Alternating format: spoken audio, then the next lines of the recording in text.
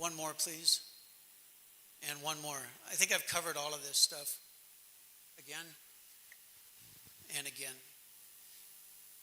So this company, American Binary, makes the only quantum proof. Now there's quantum proof and quantum resistant. And American Binary is the only one that makes a quantum proof VPN today. I use it. Zisher uses it internally. When we became aware of this, we were astonished because the National Security Agency of the United States came out with an algorithm standard called CNSA 2.0, and there was 4 levels of it. And these guys had come up with a VPN that works at all 4 levels. It's the only one that does.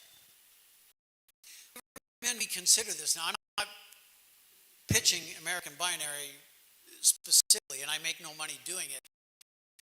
It makes sense to me for us to really assess this. What would it take for us to start using a quantum? It's all about validation, right? So one validation point was Oracle did a very deep dive on these guys, and then Oracle, the mighty Oracle, decided to incorporate American Binary into their federal sales program. So they've got 5,000 salespeople all over the world selling American Binary.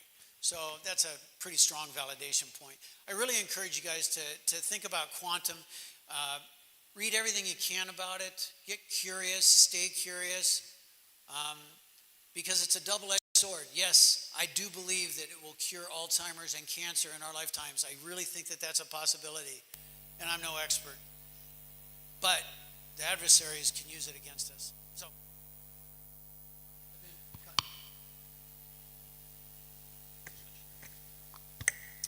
We've got feedback. Thank you very much for having us. We really appreciate you guys. Take care.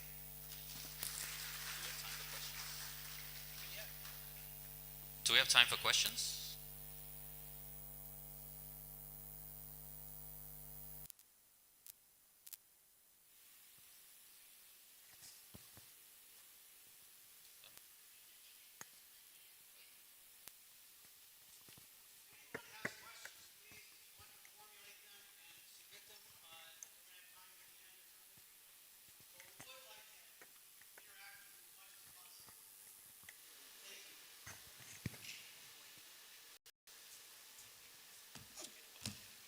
Got it? Thank you, Hussain. Engaging session. So, to anchor our today's,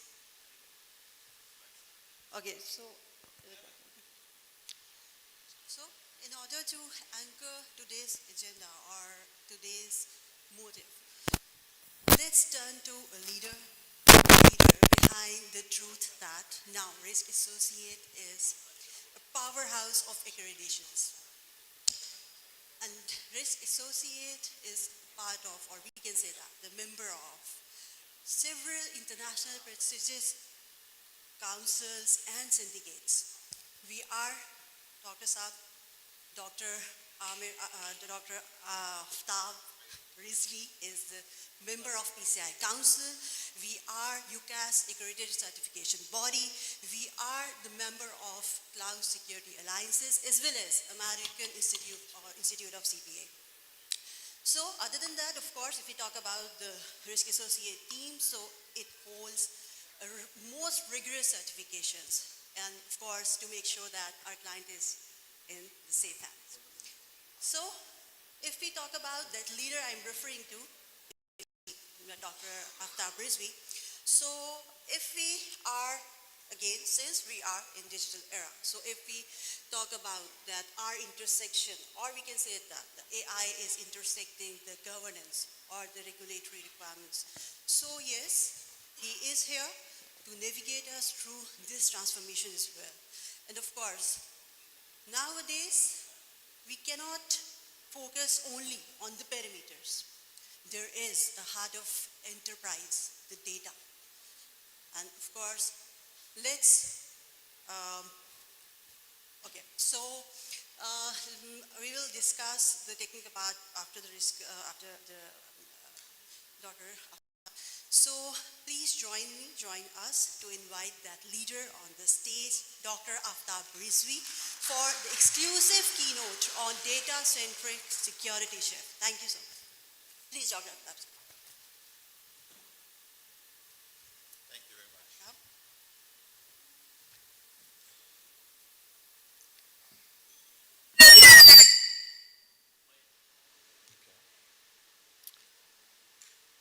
Good morning and Assalamu alaikum. It's a real pleasure to be here and to see so many familiar faces as well as industry leaders in this hall. You just heard about autonomous penetration testing and AI and quantum computing and quantum cryptography and so many things. And you're about to hear about data security encryption as well. So trust me, I'm not going to talk about technology. I'm not going to repeat these factors as well. I want to talk about why both exist. What we need to do, we need to make sure that we understand the intent of and the reasons of these challenges. Kashif, you need to move that. We need to understand why things are happening in this world the way they are happening. So I'll take a little bit of time to discuss a little bit of history. Because every day when we see a data breach, every security failure, or every loss of trust, it is nothing new. It has already happened. Long time ago, it was happening before code. Now it is happening with code. So, if I look back at the history of Risk Associates, which is extremely tiny, we're talking about 30 years. If we talk about the history of civilization, then we know one thing. There is one simple truth, and that truth is that they have protected what they valued. So, if the goal is to protect what you value is, that is why the land was very important thing for us. We defended the land. We locked the gold away. Not because they were fearful, but the reason is that the value attracts pressure. And that has never changed. What has changed? What we value most. Now what we value is assets. And those assets are data. And data is not technical. Data is human. Data is identity. Data is memory. Data is reputation. And data is power. That is why we protect data. Data is not something which we can lose and still remain where we are. So, in this digital world, let me say that data is the shadow each of us leave behind. I don't want to remind you what is happening in the big, the landscape of United States. What data has brought us, what data can do. Data is like a shadow. And the challenge we have is that who controls this data and how long this data remains available and what damage it can cause. So, when we lose data, we lose trust. And to me, that is the most important and significant factor. This is what we need to be taking care of. So if we want to do something about it, what we need to do? Again, I go back to history. History teaches us that trust has never meant untested. So what we need to do, if we want to trust, we need to test. Bridges were never tested. Bridges are not trusted because they are strong, but we know that they have been tested. They have been stress tested. It reminds me, long time ago, I just boarded a plane for San Francisco from Sydney, and it was a Qantas plane. And the interesting part was the pilot announced that we are very pleased to advise that this is the plane, it's a new in our fleet, and we'll be flying first time to San Francisco. It is a 14 hours flight. What would be my reaction, you think, or anybody's reaction? The guys, what is this?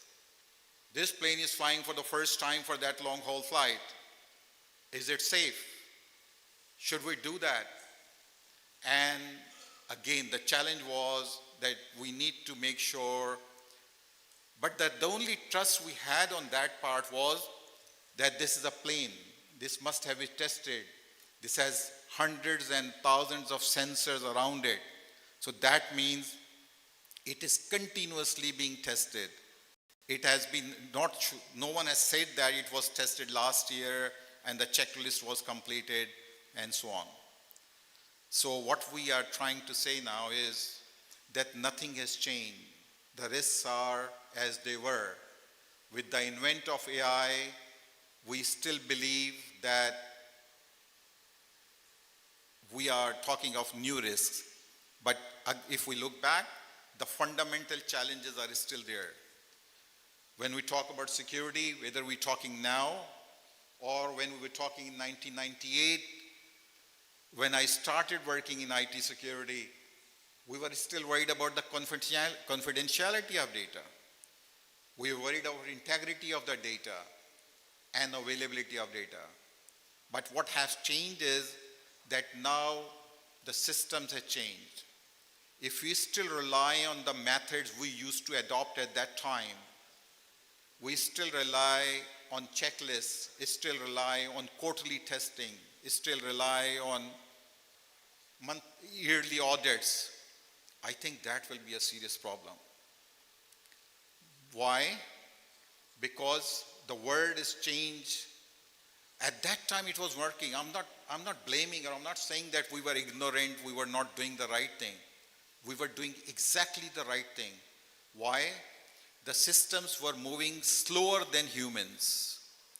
Systems were a lot more slower than the changes we adopted. But now things have changed. Today, our systems change daily. Our threat landscape moves continuously. Our data is added. So, static confidence in a dynamic world doesn't go well. We need to think it should be a mindset shift. We need to shift our mind that this process, what we were doing before, will not work anymore. So, what I would like to say again, that static security, static functions won't work with the dynamic systems. Those controls were definitely temporary. So we're using those at that time. Now we need to change. With the advent of AI, with the, again, that is again a questionable thing, that have we invented AI now? Are we using AI now? I am an example of that we were working on artificial intelligence projects in 1993. We were using neural networks at that time. The challenge was that the computer systems were not fast enough, that they could cater those needs. systems are fast. If systems are fast and you want to compete with them, if you are sure that you are, human beings are very skilled, that all the decision making humans do, is still probably artificial intelligence or any machine cannot match. But the challenge is machines are faster.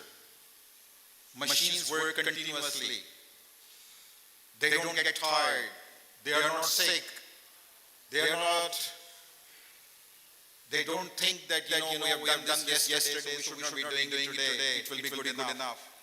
They don't get trapped of social engineering attacks. That is the difference we have. If our challenges are that we are dealing with those hackers who are using latest technology, latest machines, latest computer power, we need to use the same to control that. And this is where we believe that the latest technology will help. It is not, I should not say that it will help. I'll say it is mandatory to use it. Otherwise, it won't work. So I would only say these things that security was never about control. It was always about confidence. And real confidence doesn't come from hoping nothing goes wrong. It comes from knowing you are ready when it does. So the most trusted systems are not the ones that claim protection.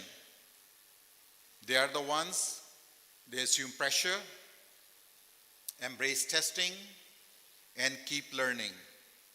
Because in the end, trust is something which we need at all times. And that cannot be mentioned or said. It has to be demonstrated. It should be tested and proven. So I'll let the technology things explained by experts like Callie and Richard and Hussein and Kashif, and I'll say we need to work towards a better future, a secure future, whether it's a payment card industry, or it's a financial sector, or it's oil and gas, or any other vertical in the world. And for that, we need to work with technology, we need to work with artificial intelligence, we need to make sure that the systems we're adapting are tested, and we know that they will work when we need them. Thank you.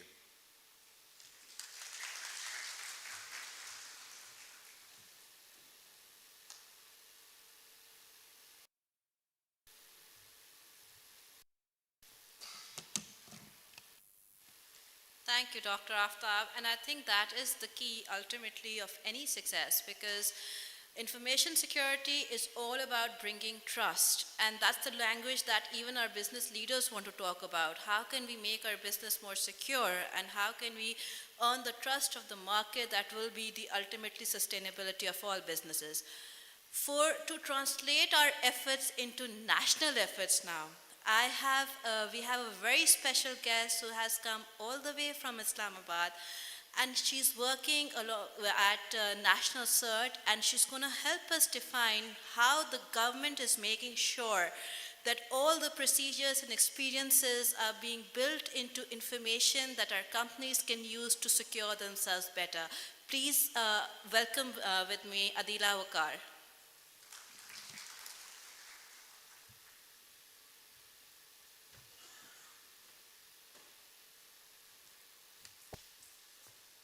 Thank you, Sana.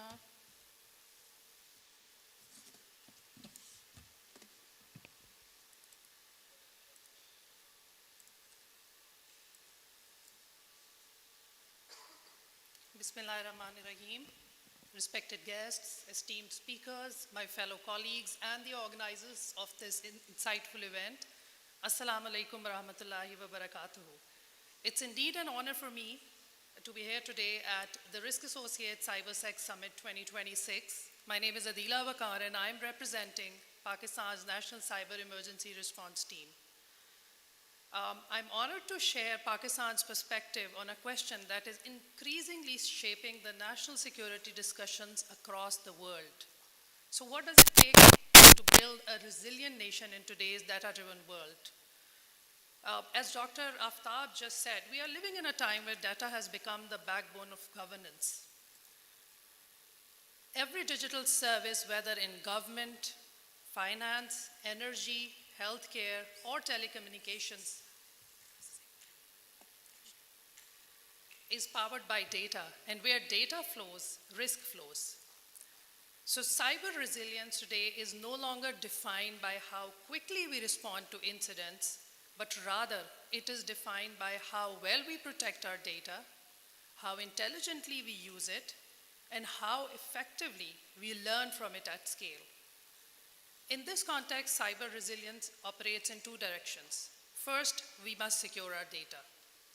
Cyber attacks today are not random, they are data-driven, informed by stolen information, reconnaissance, automation, and analytics.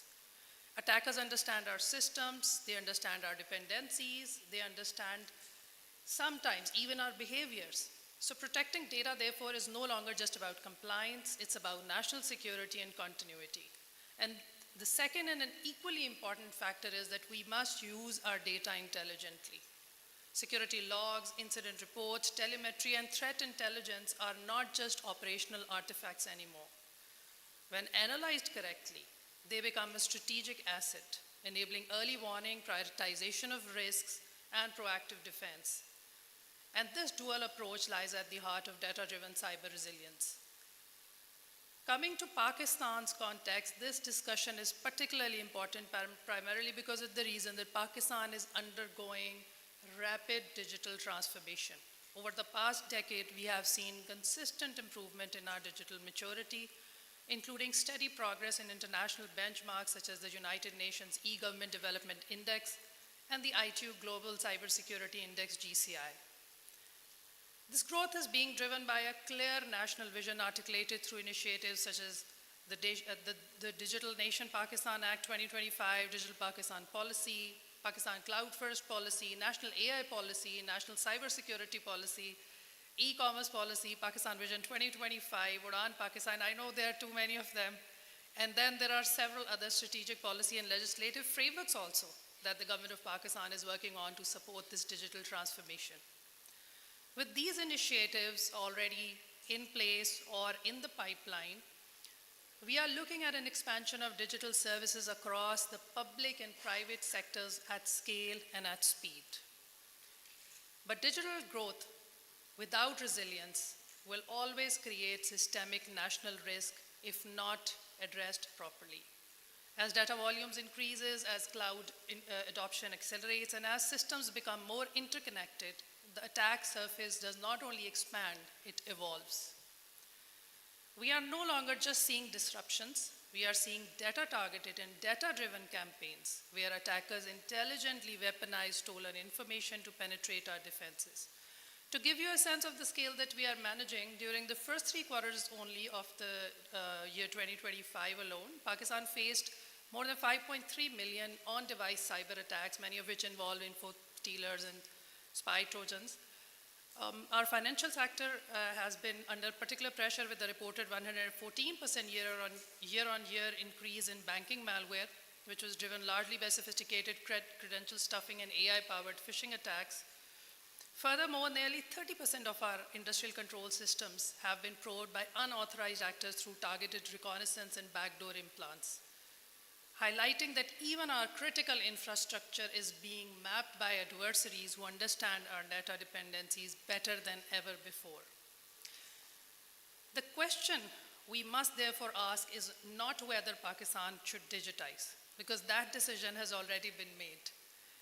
But the question is how we secure the data that lies at the heart of this transformation and how we remain resilient in the face of these data-driven threats.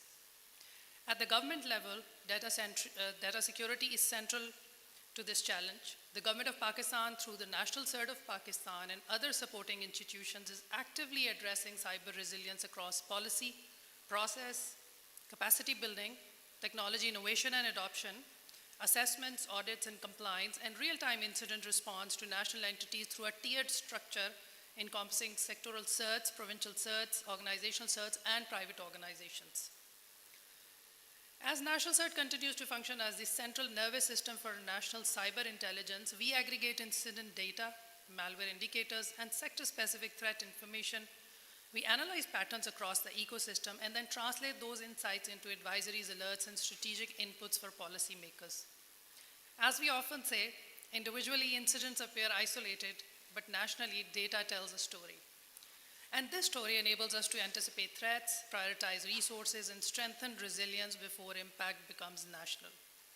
I'll briefly touch upon some of the significant national frameworks which recently were introduced by the government of Pakistan. The government of Pakistan has released a number of significant artifacts which set out clear expectations for data protection, privacy, and secure development practices. And these frameworks apply uniformly across public and private sector organizations. One of these noteworthy initiatives is the release of Pakistan's first information security management framework, which has been released by National CERT. It is currently under public consultation process, but the final version will be released very soon.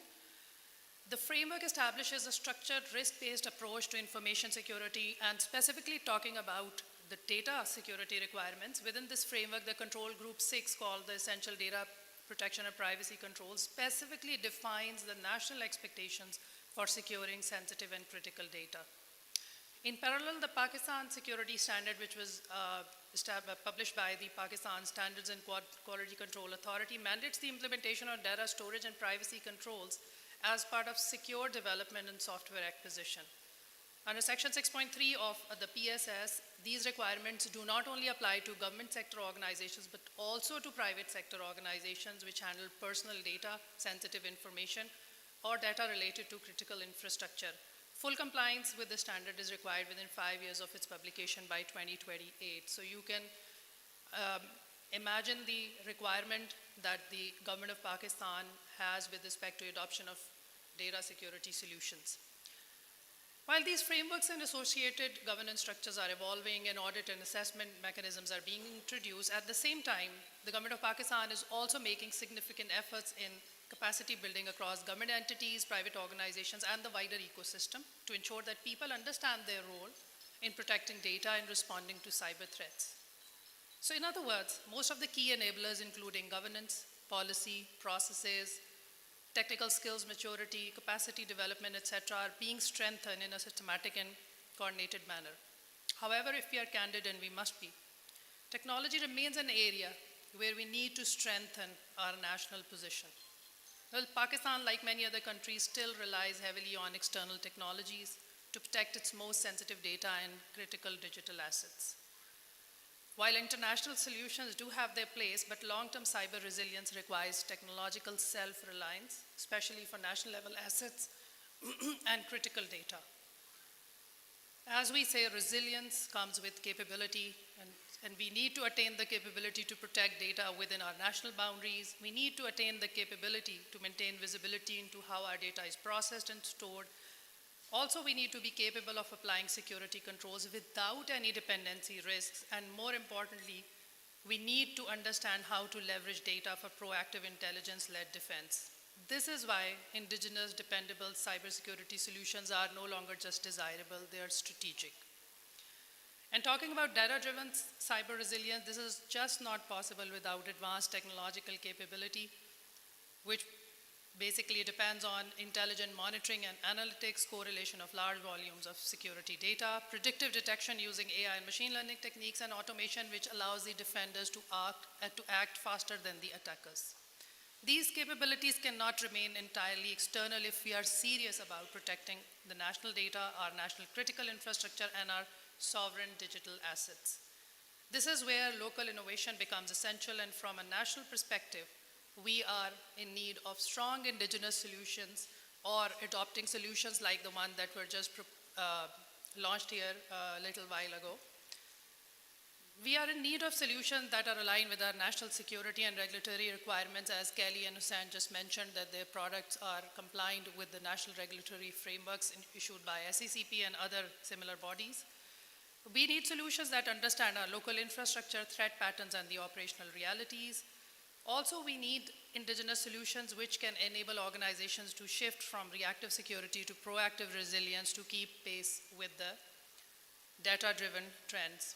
In this context, I would really like to acknowledge and appreciate initiatives such as the data security solutions launched here today by Risk Associates in this August gathering.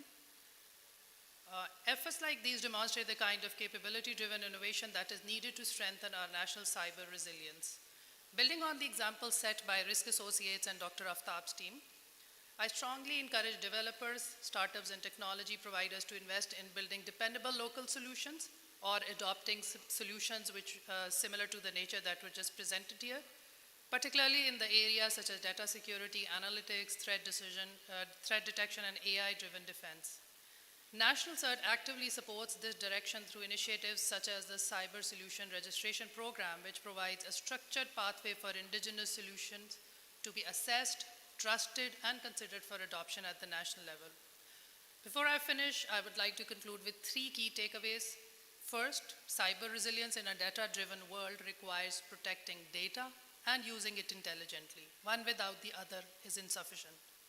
Second, Pakistan has made strong progress on policy, process, and capacity building, but technology, particularly trusted indigenous technology, is where we must now strengthen our national capability. And third, indigenous cybersecurity solutions are not just a business opportunity, they are a national necessity. Resilience depends on our ability to protect, analyze, and act on data using tools that we can trust and tools that we can control. Building a resilient nation in a data-driven world is a collective effort involving government, industry, developers, and users alike. Thank you all for your attention, and I look forward to continued collaboration in strengthening Pakistan's digital resilience. Pakistan, Paindabad. Thank you.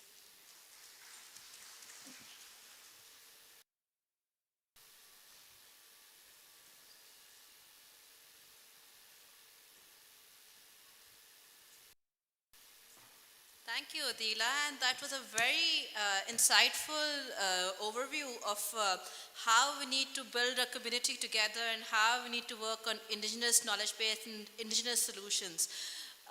Next, I would like to invite on stage Mehzad Seher Saab. And Mehzad Seher Saab has a vast experience in terms of corporate experience in terms of both IT and OT security. So, Mehzad Saab, if you could join us on stage, please. Thank you.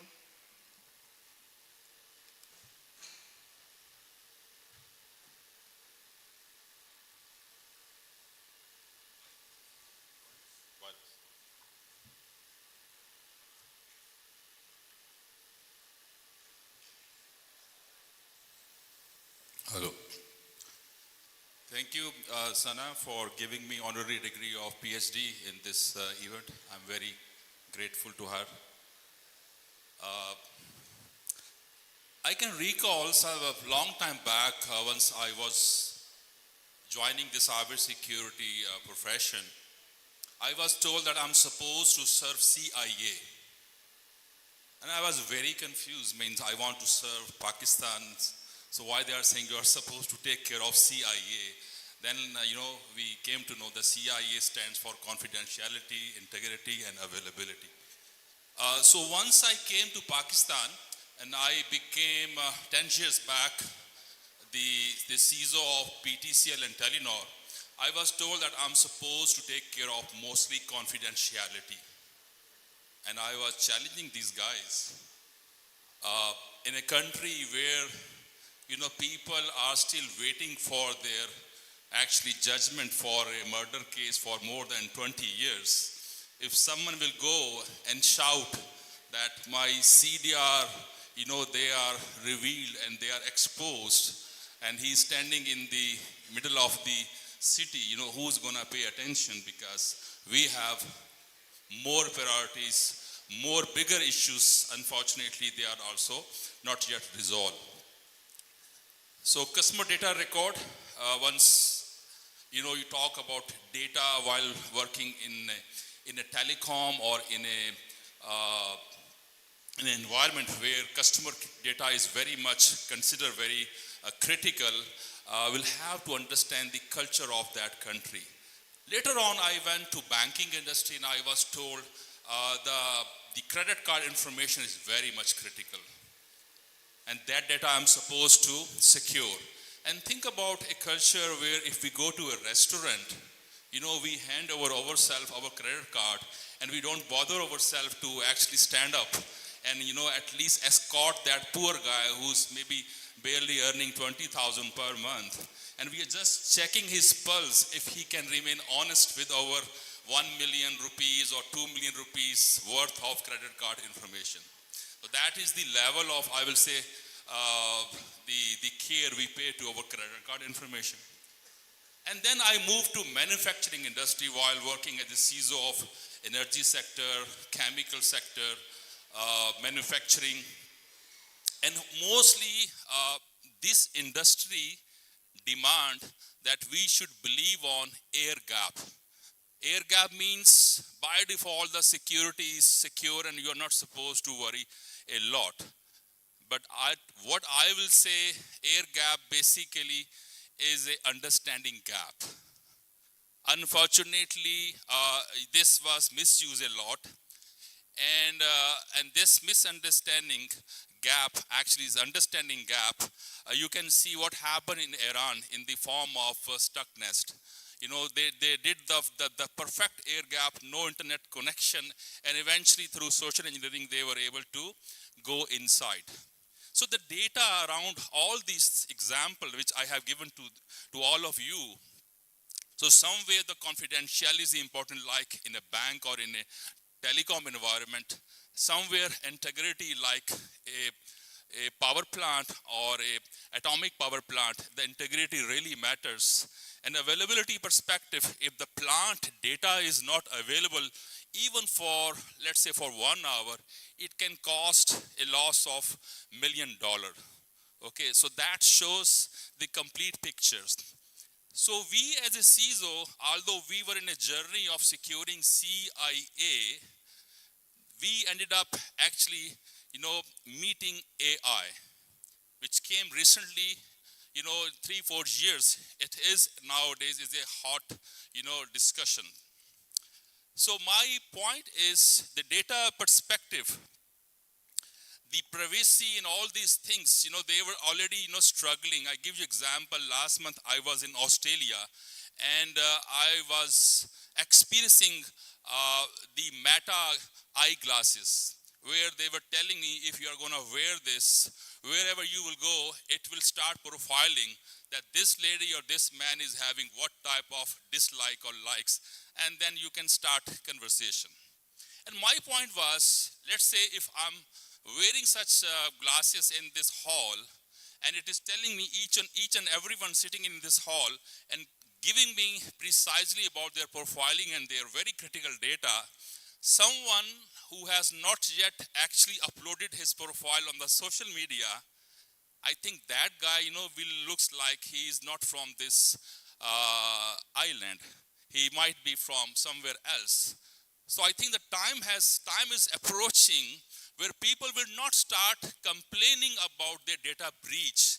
They will start complaining why Meta is not detecting their profile, why he is not being breached, because at one stage the data breach, we all will be so actually immune that we will wish that at least people should know about us. And if not, it means the problem is with us, not with the hackers. So integrity point of view, and that was the data confidentiality, integrity point of view, long time back in 2000 in Australia, there was a breach where the hackers, they were able to take the control of sewerage system. So they were able to actually flush the more than 800,000 liters of polluted water into the city. So all of the land, all of the hotels, many parks, they were polluted. Marine life was, they were, died. And this all, pollution happened because of a hacking attempt. By the way, we are very self-sufficient here. Without hacking, we are able to pollute our city. We don't need actually this type of hacking. But there, they take it very seriously. One thing is very important, which is the last message from my side. Apart from data and AI, mostly the data security is being considered that it should not go into the wrong hands of hackers. But think about another, issue, which is AI safety. AI safety is more than AI security. And what is AI safety? It means the behavior or ethical value of our agentic AI. If you are in wrong hand, God knows that you might be getting preaching from someone which actually silently is trying to convert you from a Muslim to other religion. And that could be actually very much dangerous. And most of the control right now, they are not focusing on this. They're mostly focusing on the security of AI, but not on the ethical value or ethical behavior value of AI. In our world, where if you really want my message should become viral, so what is the idea to make it viral? I will ask Dr. Aftab, ये मैं आपको बहुत खास बात बता रहा हूँ, आपने किसी को नहीं बतानी, right? And the next day, this message is gonna be viral as per our culture. So I'm just thinking that if we are gonna tell AI about this type of things, that please take care of all of my ethical values, all of my messages as per, required control. And let's see if it is gonna behave more than a human value. Thank you so much.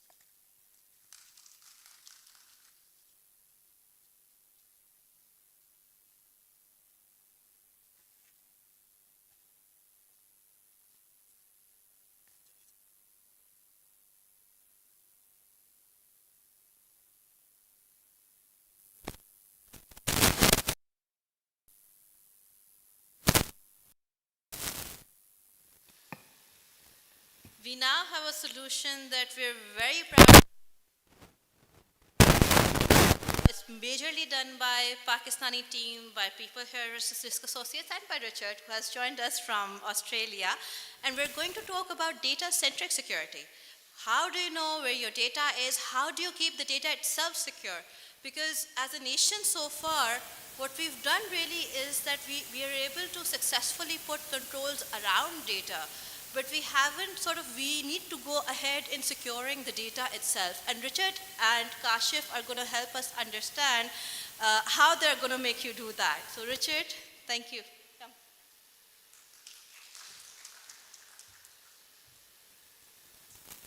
Thank you very much, Sana.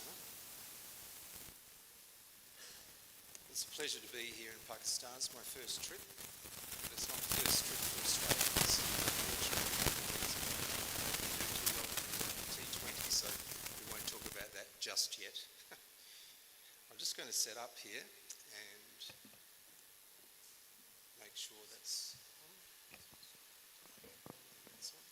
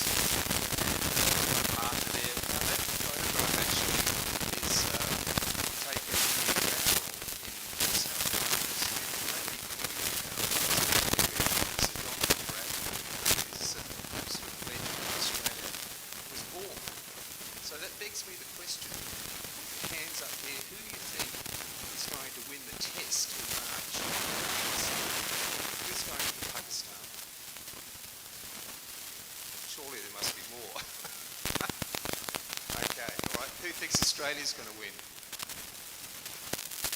I'll put my hand up for that. Anyway, look, just a little bit about me. I've been exposed back in 2000 when I was at IBM to PCI DSS. It was a really interesting experience in Australia. PCI DSS came into well, not really legislation, but the regulatory requirement in 2006. So I was involved in a project at IBM at the time where we were actually masking PCI DSS data, and we were doing it for local telco. It was quite innovative at the time. It basically kept that data outside of their internal systems. Look, we've been very advanced since then, and it's changed in terms of how we handle PCI data. But I think today we'll show you a solution where we can help discover it, we can monitor it, and we can remediate it, and we can protect it as well. My journey through life, I was at IBM for nearly 12 years in Australia. Some really interesting projects I was working on. I moved to Telstra in the telco space. I know there's a couple of telcos here today. It's a fascinating business, that one. And then in 2017, I actually did like what most people try to do, is leave the corporate world and do a startup. And I did that in 2017. That startup's still going today. I'm actually a non-executive director for it. But what it really gave me exposure to was we developed an AI hair consultation app. In those days, in 2017, it was machine learning, but it's actually now advanced AI. But I did become a US patent holder for that technology, and it was quite a good experience to go through. But then in 22, I became a business partner of Guardware, and I really got introduced to them, and I was actually fortunate enough to sell their services into some clients that I had in the defence space, healthcare and finance. And this was part of their first stage of the data-centric security solution. And then in 24, I had such a good experience with Guardware and really believed in the culture and the people, and I had the opportunity to join them after they were successfully able to raise some capital to expand. And I joined them as their BDM for global revenue, basically. And it was interesting because the decision to join Guardware, like most things in life, you've got to make the right decision at the right time. The timing is absolutely critical in business. Guardware is in the right place at the right time. The reason for that is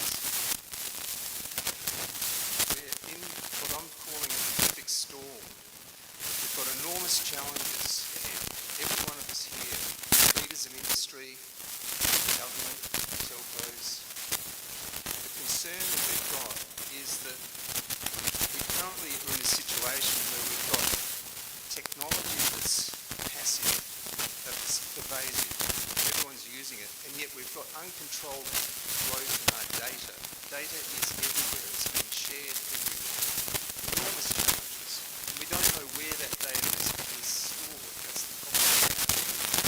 We've got enormous risks with expanded digital footprints through more users having access to technology. There's also third-party providers, subcontractors that we're using. Third-party risk is an enormous challenge that we have. And on the final 2 points is that the bad guys, the threat actors, are using very sophisticated AI tools to get to the most vulnerable human factor. And this is causing enormous issues. They're getting more sophisticated, they're getting more access to lower cost tools, and it's been driven by a very profitable dark web. And in Australia, the Australian Signals Director has done quite a lot of research on this, and it's very sophisticated the way that low-skilled threat actors, usually younger kids, they start watching YouTube, they go in, they use request-steal apps, scrape passwords off websites, etc. They're not the ones that cause the damage. They then sell that information on the dark web to a broker, who then auctions it to the highest bidder, to more sophisticated, actually a national state actor and organisation. So they get to choose what data and what companies they want to take. It's a very sophisticated market. We're up against. It's so little risk for them, they're not going to get caught. So it's the perfect client that we're facing. And you as CyberSec to deal with that storm, and at the same time, you've got regulatory authorities in Pakistan recognising this, and as we just heard, lift the whole cybersecurity posture of the country to meet and address this storm that we're in. Now, we're in it in every country. It's not just Pakistan, but it's everywhere. So I think it's a challenge we have to recognise. And because of that recognition that a breach will happen, as they say, actually, there's two types of companies. Those that have been breached and those that don't know they've been breached. And when you think about that, can anyone honestly say here that they're not being breached at the moment? You can't really. It's impossible to know. So that's the environment that we're in. It's a real challenge, and it's getting more and more difficult every day. But people like, as we heard, the National CERT have got a fantastic approach. They're really focusing on helping organisations and citizens of this country to be safer online and less chance of having damage when that breach occurs. And I think those regulatory landscape that we're in is absolutely critical. So we have to learn how to address that and meet with those regulations that are coming out. And that really takes a change in thinking. So this is what we see globally, and we've really come up with this new concept of an asymmetric threatscape, which is what we're currently in at the moment. Now, what we mean by asymmetric threatscape is asymmetric warfare is a very common term, been used for a long time, where the adversary is usually small, nimble, and almost a guerrilla warfare approach, and they're attacking a very well-funded defender, which is usually, in this case, the corporation that is spending millions and millions of dollars on defending their network. But unfortunately, in this asymmetric environment, that data is still being exposed. We see it every day. We read about it in the press, whether it's in the US, Australia, here, the UK, that large corporations are having their data stolen and exposed on the dark web. And that's what's causing the problem. So it doesn't, the amount of money that you're spending on network protection absolutely is critical. Pen testing is critical. All those things have to happen. But the thinking has to say, well, look, what about the data itself? How do we protect that data when we're in this asymmetric threatscape where we've got this incredible perfect storm around us? How do we protect our organisation? And the way to do it is protect the crown jewels that the threat actors are after. And they're after that data. That's all they care about, because that's where the money is. And that's where the biggest damage will be done to your business or organisation. So we're saying that, yes, you do need networking, you need identity management, all those tools, patches, absolutely critical. But you've got to also put some investment into protecting the data itself. Whether it's with us or whichever way it is, it must be considered. And I think that's really what we're trying to say today, is that a data-centric security solution should be on your strategy going forward. And that's why I wanted to introduce you to Guardware. Very kindly, Risk Associates have partnered with Guardware, and they are bringing it here to the Pakistan market.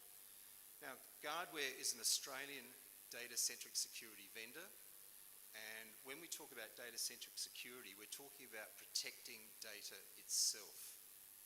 And when we talk about protecting data, the scope that we are talking about is discovering where that data is in file servers, on workstations, across your network.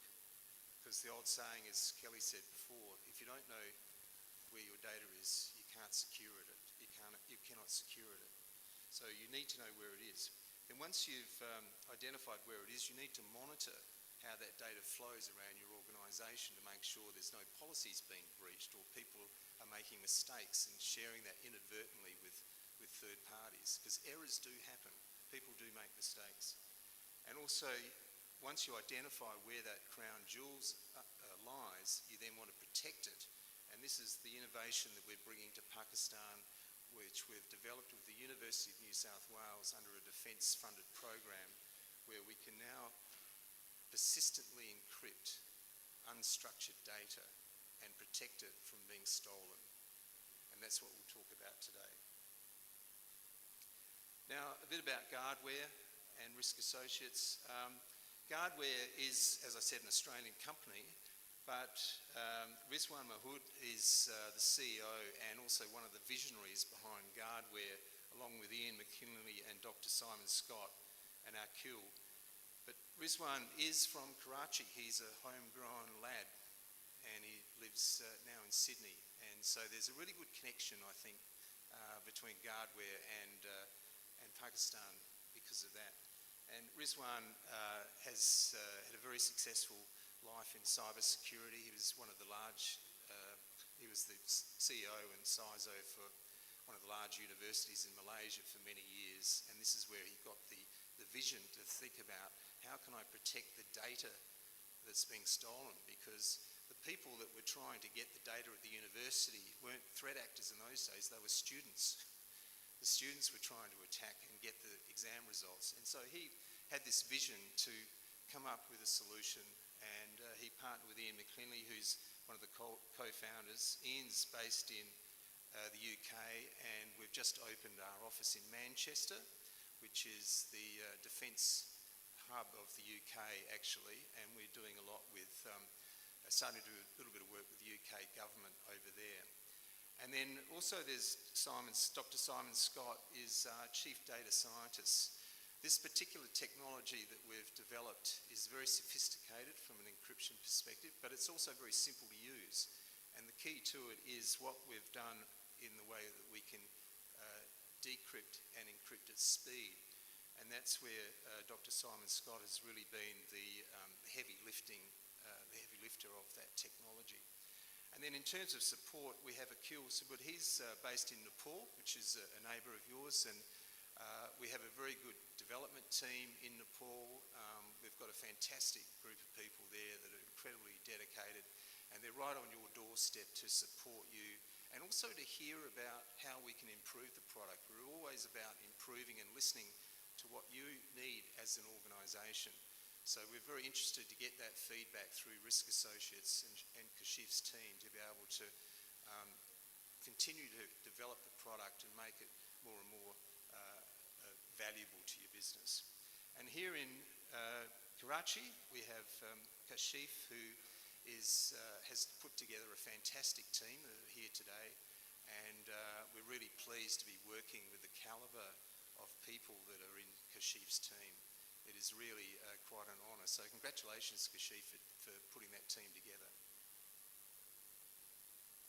Now, a little bit about Guardware, why we're in a position, being this Australian company, why are we the ones that have been able to come up with this technology?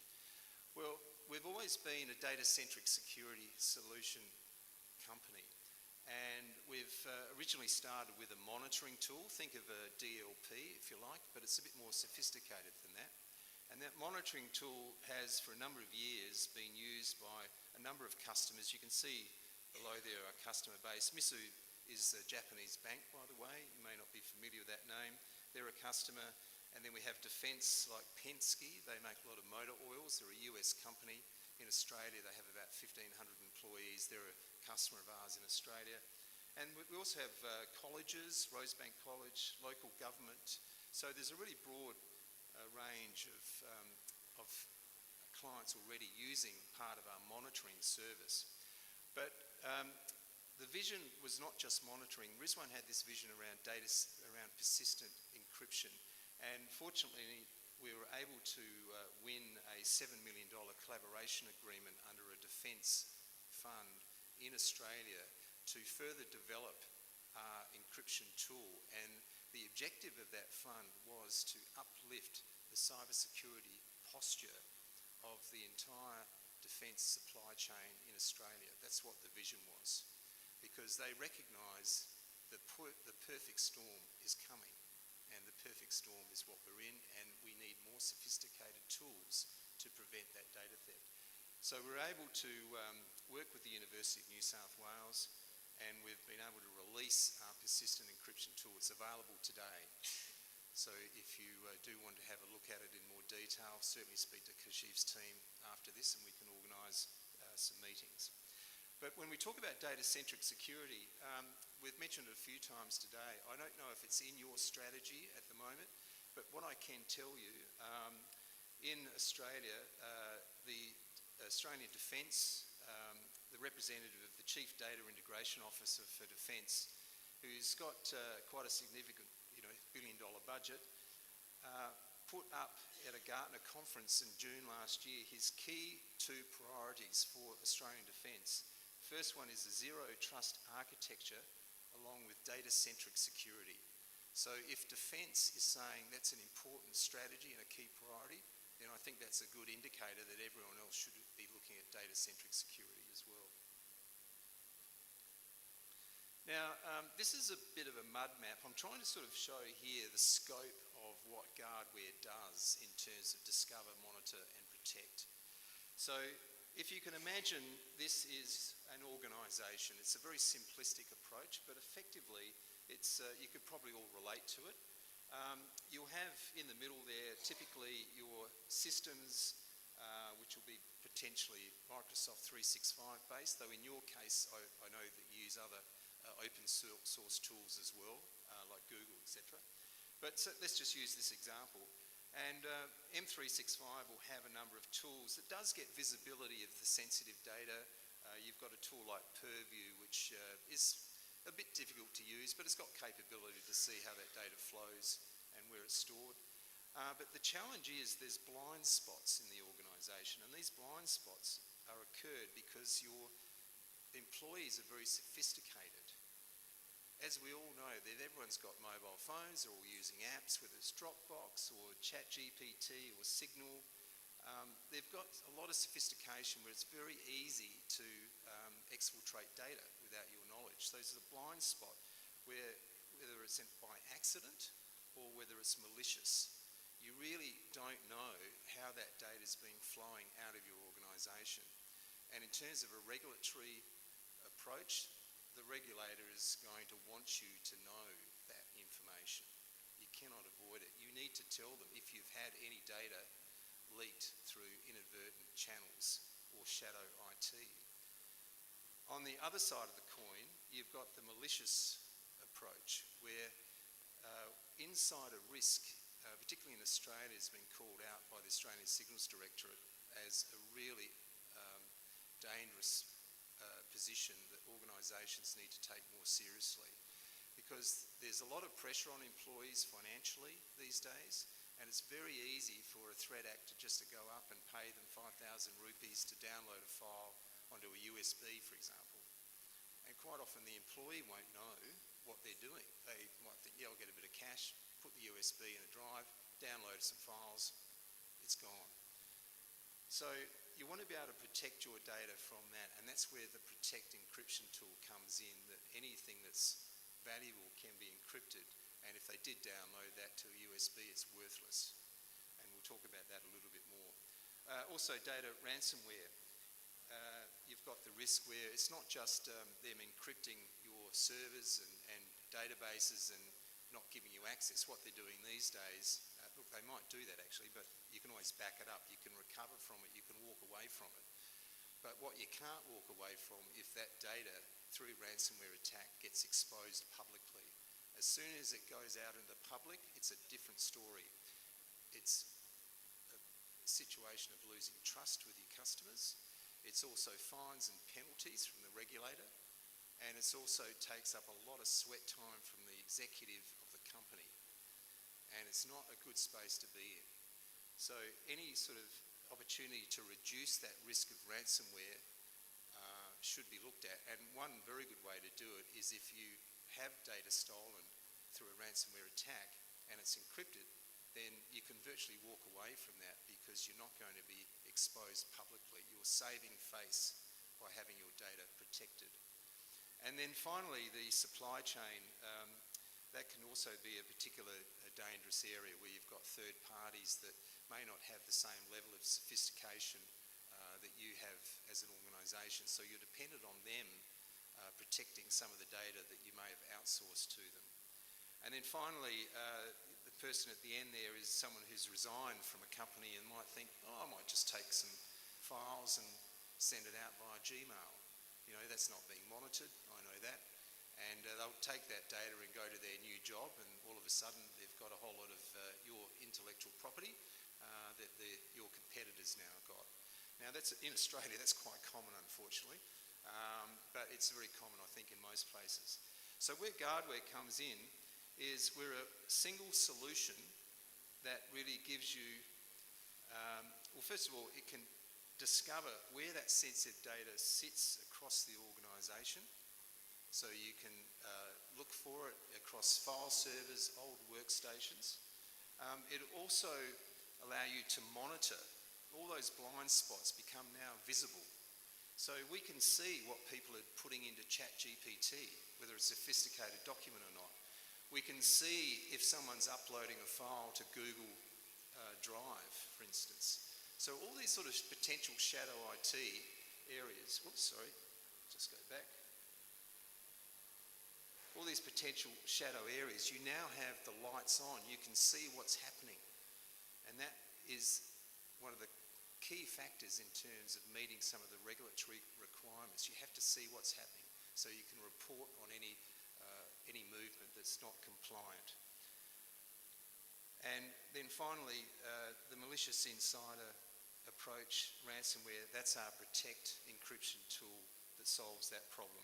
So we've got a simple one-stop shop that'll meet most of your needs around data-centric security. And the way we present this and we go to market, and the way we're going to market with Risk Associates, is that we have basically three models. Oops, that's not working. Oh, my pointer's not working. Anyway, but basically to the left you've got the Discover module, which is, we'll talk about these in a bit more detail. Discover basically allows you to search and identify and locate at scale your sensitive data based on a series of what we call regular expressions. And this is almost like sophisticated searching that it does at scale. And then once you discover where your data is, then you have to remediate it, like you might want to delete it, particularly with PCI, delete the data. Or you may want to move it all into one central secure repository. But Discovery gives you the tools to be able to do that. And then on the right, we've got Insight, which is our monitoring tool. And this can run on-prem or via cloud. And on-prem is important because a lot of organisations, particularly in the finance sector, don't want to use cloud for these tools. They want on-prem, and it can be addressed that way. And I think that's particularly relevant in this market as well. And then we have Protect, which is our persistent encryption tool. Now, what's unique about this, persistent encryption, I should say, has been out for quite some time. It's not a new concept. Microsoft introduced encryption for Word documents, Excel, Office documents in 2004. The problem is, though, it's very hard to use those documents and to manage that encryption process, and you just don't see it being deployed anywhere. So there's a lot of challenges with encrypting documents, and we've been able to solve some of those biggest challenges. And the final thing is that what we can do is encrypt any unstructured data and of any size, and we do it through a wrapper, and I'll take you through that shortly, how we do that. But basically, it does allow us now to encrypt CAD drawings. Now, CAD drawings are really the backbone of any defence sector, because you've got designs, any manufacturing sector, CAD drawings, construction, critical infrastructure, it's all built on CAD or design. Now, the challenge with encrypting those tools today has been that a typical CAD drawing is made up of a nest of files, could be 10, 20 files. Every time you edit a CAD drawing, you actually have additional files being added. Now, the key to our Protect product is it not only is persistent encryption at rest and in transit, but also in use. So while you're using your CAD drawing, the actual file remains encrypted. And that's the difference between other encryption. So with Word documents, Excel, etc., PDFs, they remain encrypted while the user's using them, and it's no impact on performance, and it's why it's so effective. So if we just break this down a little bit, if we look at Discover, I'll just give you a bit of a look at how these tools work.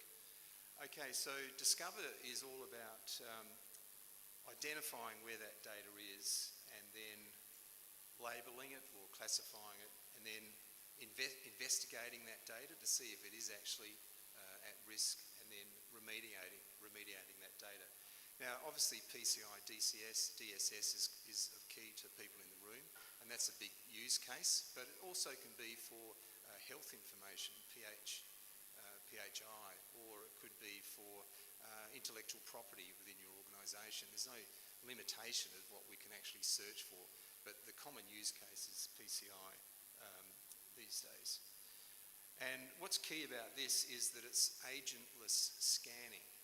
So really what we mean by that is you're not putting an agent on a workstation, you're not putting an agent in a file server. And the reason why you don't want to do that is it's very time consuming and it's very difficult to manage, and it's a lot of effort. So if you can do agentless scanning, it means you can get up within hours and start scanning for data. It's very easy to manage and it's very scalable. So there's a lot of benefits in having agentless scanning Discover tools. We can scan over personal devices, whether it's Mac or Windows, it doesn't matter, or Linux. File servers can be NAS or Linux file servers, Windows file servers. We can look at SharePoint and also M365. Now, if some of you are using Zoho Mail, email for example, we can also look at those in the future, and open source emails, we can look at attachments. So what we're looking for, if you have a situation where you've got those particular sort of applications, then talk to Risk Associates and they'll come back to us and we'll explain to you how we can help with those particular use cases if it's not M365. Now, just a little bit on the architecture of Discover. Basically, you've got a web management console, and I'll show you what that looks like in a minute. It's very simple to use. It's got a nice look and feel. I'll give you a look at that. But really, we set up scanning servers in your environment. It's very critical that when we're scanning your file servers, your workstations on an agentless basis, that that data does not leave your environment. And that's why we set up a scanning server to reach out to the various devices. Now, the scanning server actually identifies where the devices are, so you don't have to load which device is in. It will just do that almost autonomously. And you can have up to 1,000 workstations, 2,000 workstations. You just set the target and it will go and look for it and start scanning. And scanning is always a bit of an iterative process because you do need to do 2 or 3 scans to really start getting results, because what you're looking for is minimal false positives. You want to reduce the amount of work and you want to increase the accuracy.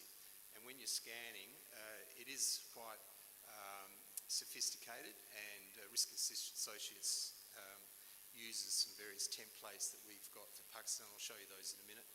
And it allows you to do sophisticated scanning out of the box with just picking templates, and I'll show you where they're listed in a minute. Also, as I said, the servers we can run obviously on-prem, or if you've got a cloud service through a local Pakistan cloud provider, we can work with them as long as it's in your environment. We can run it on their cloud as well as on-prem. The real benefits of Discover is that it can be done at scale, so we can identify and remediate data. The key is you've got to look to where that data is before you can start securing it. Because if you're not looking for it or don't know where it is, you get a hacker in, they can find it as well. So labelling of data can be also automated, done at scale. So we can set up labels for various data types, and once a data type is identified, it can just be labelled. So you've got a way of helping to identify where your data is. We can handle complex regular expressions. Now, this is the real benefit of Discover, because if you're looking for PCI data and you may have a lot of legacy data, then you really need to have a very sophisticated way of searching for that data. And what's interesting also is you may think it's limited to text, but we can, out of the box, we can scan images as well. Now, I'll give you a little example. In New South Wales, we were talking to an organisation in the government, and they had a particular issue where they had a lot of legacy data, and what it was scanned documents were being sent to them over the last sort of 10, 15 years. Those scanned documents had information on them because they were for a licensing requirement in the state. So even though they've changed their processes to conform to PCI DSS, they still had this legacy data sitting around on various file servers and workstations across the organisation. Now, we haven't actually started the project, but we have presented to them a solution. And what was interesting is their bank is Westpac, one of the big banks in Australia, and we proposed to the PCI DSS auditor that instead of deleting the images that we found, why don't we encrypt them under Protect?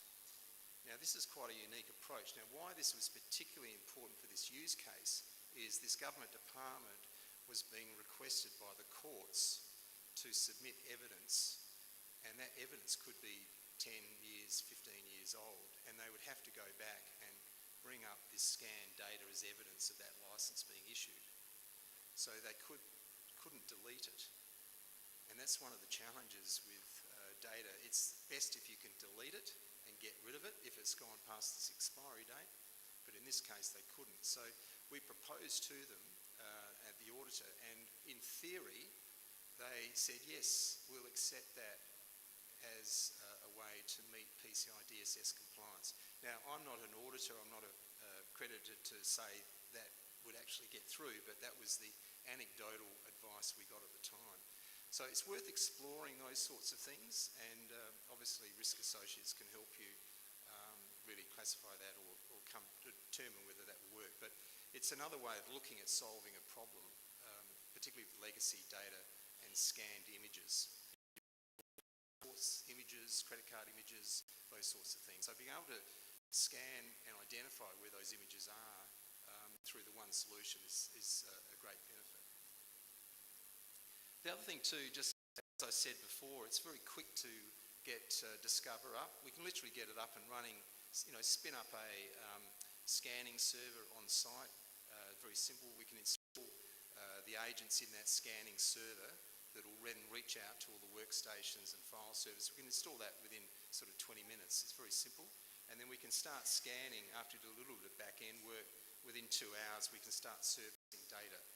So it's a very simple approach that we can provide. Now, I'll give you a little bit of a look. Now, I've got a few links here. I'm just hoping that they'll work.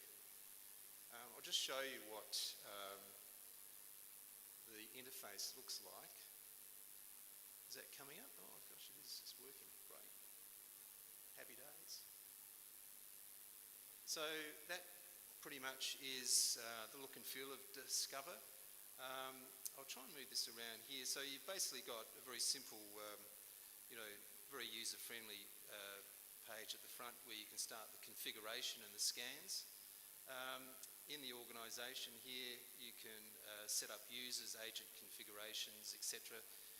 You set up your email where your alerts go to, etc. And if we go to data governance, you can set up your classification here. And this is very simple. We've just got public, internal, confidential, top secret. It's nothing really sophisticated, but it works. And if you can classify your data in those sorts of principles, you're ahead of the game, believe me. And then you've got your data types here that we can search. So if we look at Pakistan, for instance,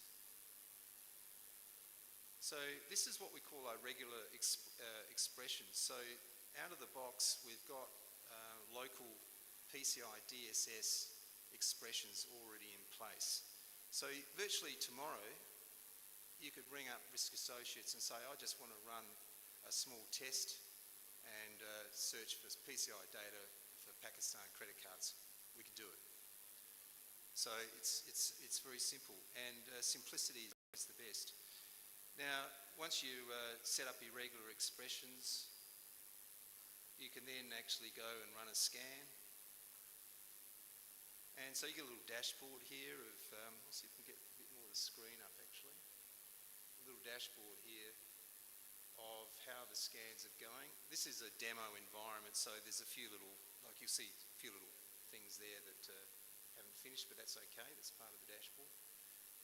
But you can see there how those scanning's going. So some of these scans, I mean, typically it might take, we might be doing 20, 30 files a minute scanning sometimes. It depends on whether they're images or text. So there is a lag in actually doing scanning. So you can certainly talk to Risk Associates about the time it takes to scan, because when you're scanning at this very sophisticated level, it does take time. But the beauty of Discover is you can run multiple scans in parallel at the same time. So if you do have, say it's going to take, a couple of weeks to go through, a terabyte of data, you could set up parallel scans and reduce that time. So once you've done your scan, you then might say, let's look at the results. And I'll just go to SharePoint here. This is probably a good one. And you can say, okay, these are some results that have come out, 100 hits. And there you've got, in this case here, it's showing credit card data that's been found. And you can see there. So it's very easy to check the quality of the hit that it's found. And then you might say, okay, well, we know where it is, but we now want to investigate some of those. And this is where the power of Discover comes into it, because you can then investigate those files. They're all there, and you can go in and look at it again with a bit more information. So you can see this PCI data has been uncovered. And then you might say, okay, I think I need to have that remediated. Well, the thing is, you don't want to take that responsibility yourself, push that out to the data owner. So we can remediate it.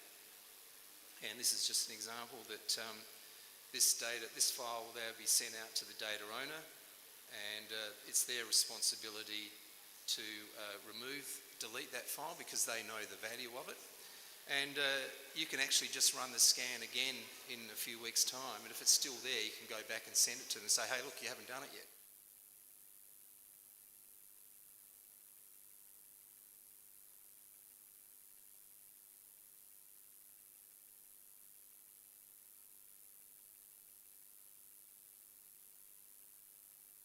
Now, I just want to talk about Insight. This is our monitoring tool. So this is an idea of the scope of Insight. So think of DLP, but DLP with a bit more capability. So we monitor at the content and image level. So when we're talking about movement,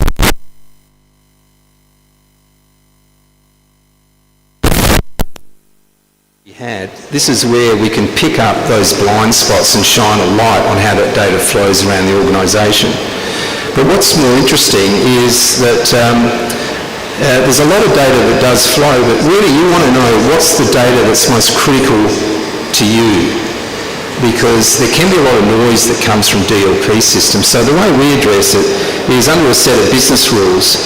There's an alert that goes out once some movement of sensitive data has happened and it's broken policy, and it needs to be identified and so forth. So we can send an alert out, and then that alert will link you directly into the dashboard, and you can see what data has been inadvertently breached.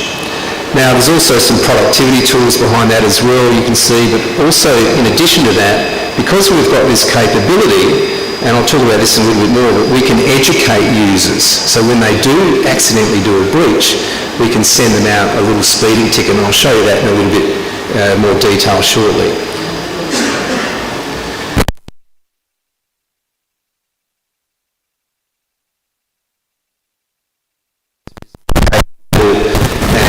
basically, these are the sorts of things that we monitor: storage transfers, application transfers like WhatsApp, or uploading into Signal, anything like that. Anyone printing out email attachments, any documents being emailed. It's like Gmail, for example, that gets sent out and they attach a document there. Website uploads into ChatGPT or any particular AI tool. It could be I Love PDF, for example, which is a PDF tool that's used a lot. We can pick that up. You can also go down to what documents are being viewed, email. We can also monitor keystrokes, but we usually don't recommend that because it is a bit of a privacy issue about that. But we can do that, and we can also monitor text. So if we look at the architecture of Insight, it runs on an agent that is installed on the workstation, and we can install that on the file servers. So all the analysis of that data, the monitoring the data, remains within your organisation. So there's no data leaves the organisation.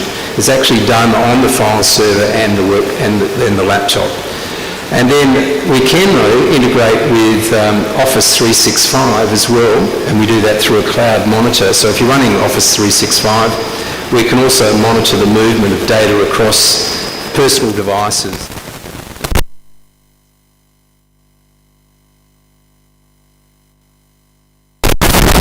Architecture, but very effective. And also the agents that are deployed, there's absolutely no performance issues at all on the workstations. Now, I'll talk about a little bit of a use case. Just bear with me here. I've actually pre-recorded this just for simplicity's sake. But we've got a particular use case where sensitive data, we're going to have finance information, for example, in a spreadsheet. As a finance employee has been working on some confidential financial data, and to save time, they want to upload that data into file ChatGPT because they kind of rush out the door to go to the cricket. And they want ChatGPT to analyse and summarise that. Now, this may not be, in their eyes, malicious behaviour, but it certainly does break policy and is a risk to the business. So I'll just show you how that works. I'll just play this little video. There's no sound, of course, but you'll get the idea of it. So basically, this is the typical spreadsheet that the person's working on, and you can see there's a whole lot of very sensitive information there that would be very important not to expose outside the company. But they want to just do some analysis using ChatGPT. So what they're doing is they're just thinking about this. They're going to load the file up into ChatGPT in a minute, and obviously thinking about things that it will get there, trust me. So there we go, and look, he's got the confidential budget forecast. That's what he's going to pick, and he's going to just throw that into ChatGPT, and he's going to type it in, and typically, like, spelling is very poor, so there's going to be a spelling error here, but ChatGPT ignores that, as we know. It doesn't help our grammar much these days. But that's going up there. It's being sophisticated. Now, effectively, that data is now being lost. And if that's sensitive data, that would need to be reported to the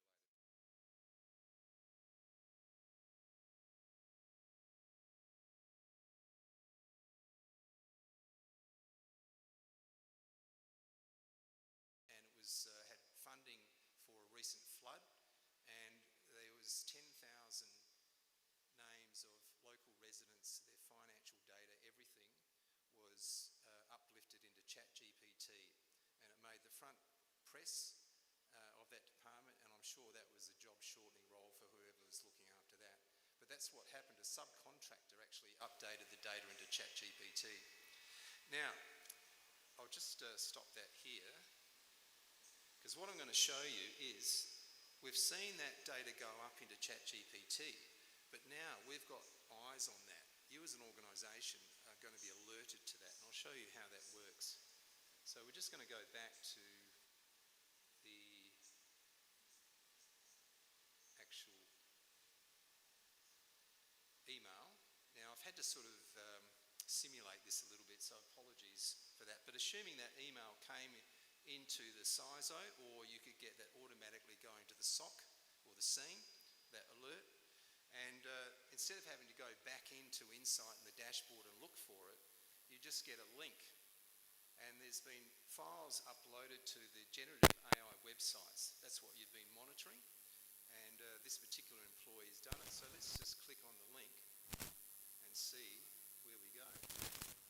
Now, because of, I have to log in again, so I've done this before.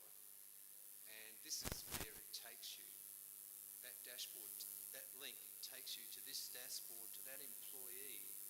And what it's showing you here is the time that they uploaded that to ChatGPT, the username, the PC name, if there was a serial number, all the details. And this is the business rules that you had set up that have been violated. So you can have any number of business rules there that will alert you, but in this case, it's Word. So you can see there the file that they've actually uploaded into ChatGPT. And if I just go down here, this is the context. So you can see this is a snippet that's been taken from the spreadsheet that you now have evidence of that employee uploading that into ChatGPT.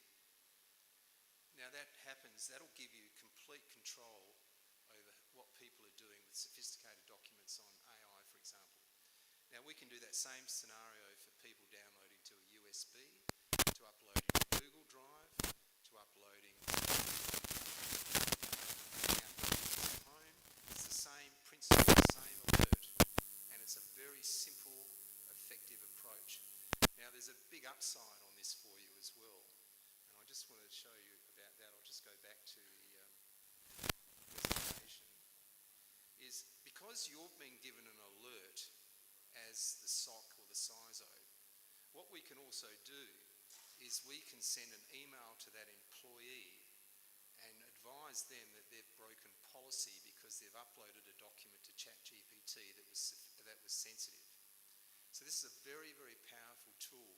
Now, I've been in human capital management at IBM when I was there for a number of years, and the biggest challenge about implementing any system and policies is changing behaviour. That's one of the most difficult and most expensive things to do.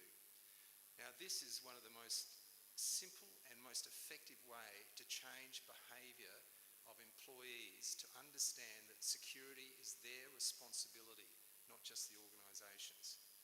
So this is a beautiful, elegant solution to help bring employees along with you along the journey to make your whole organisation much more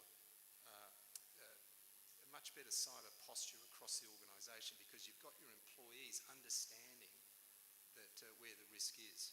So I can't sort of stress this enough. When we show this to people in Australia, they think this alone is enough to implement the system because they're spending a lot of money on awareness training, etc.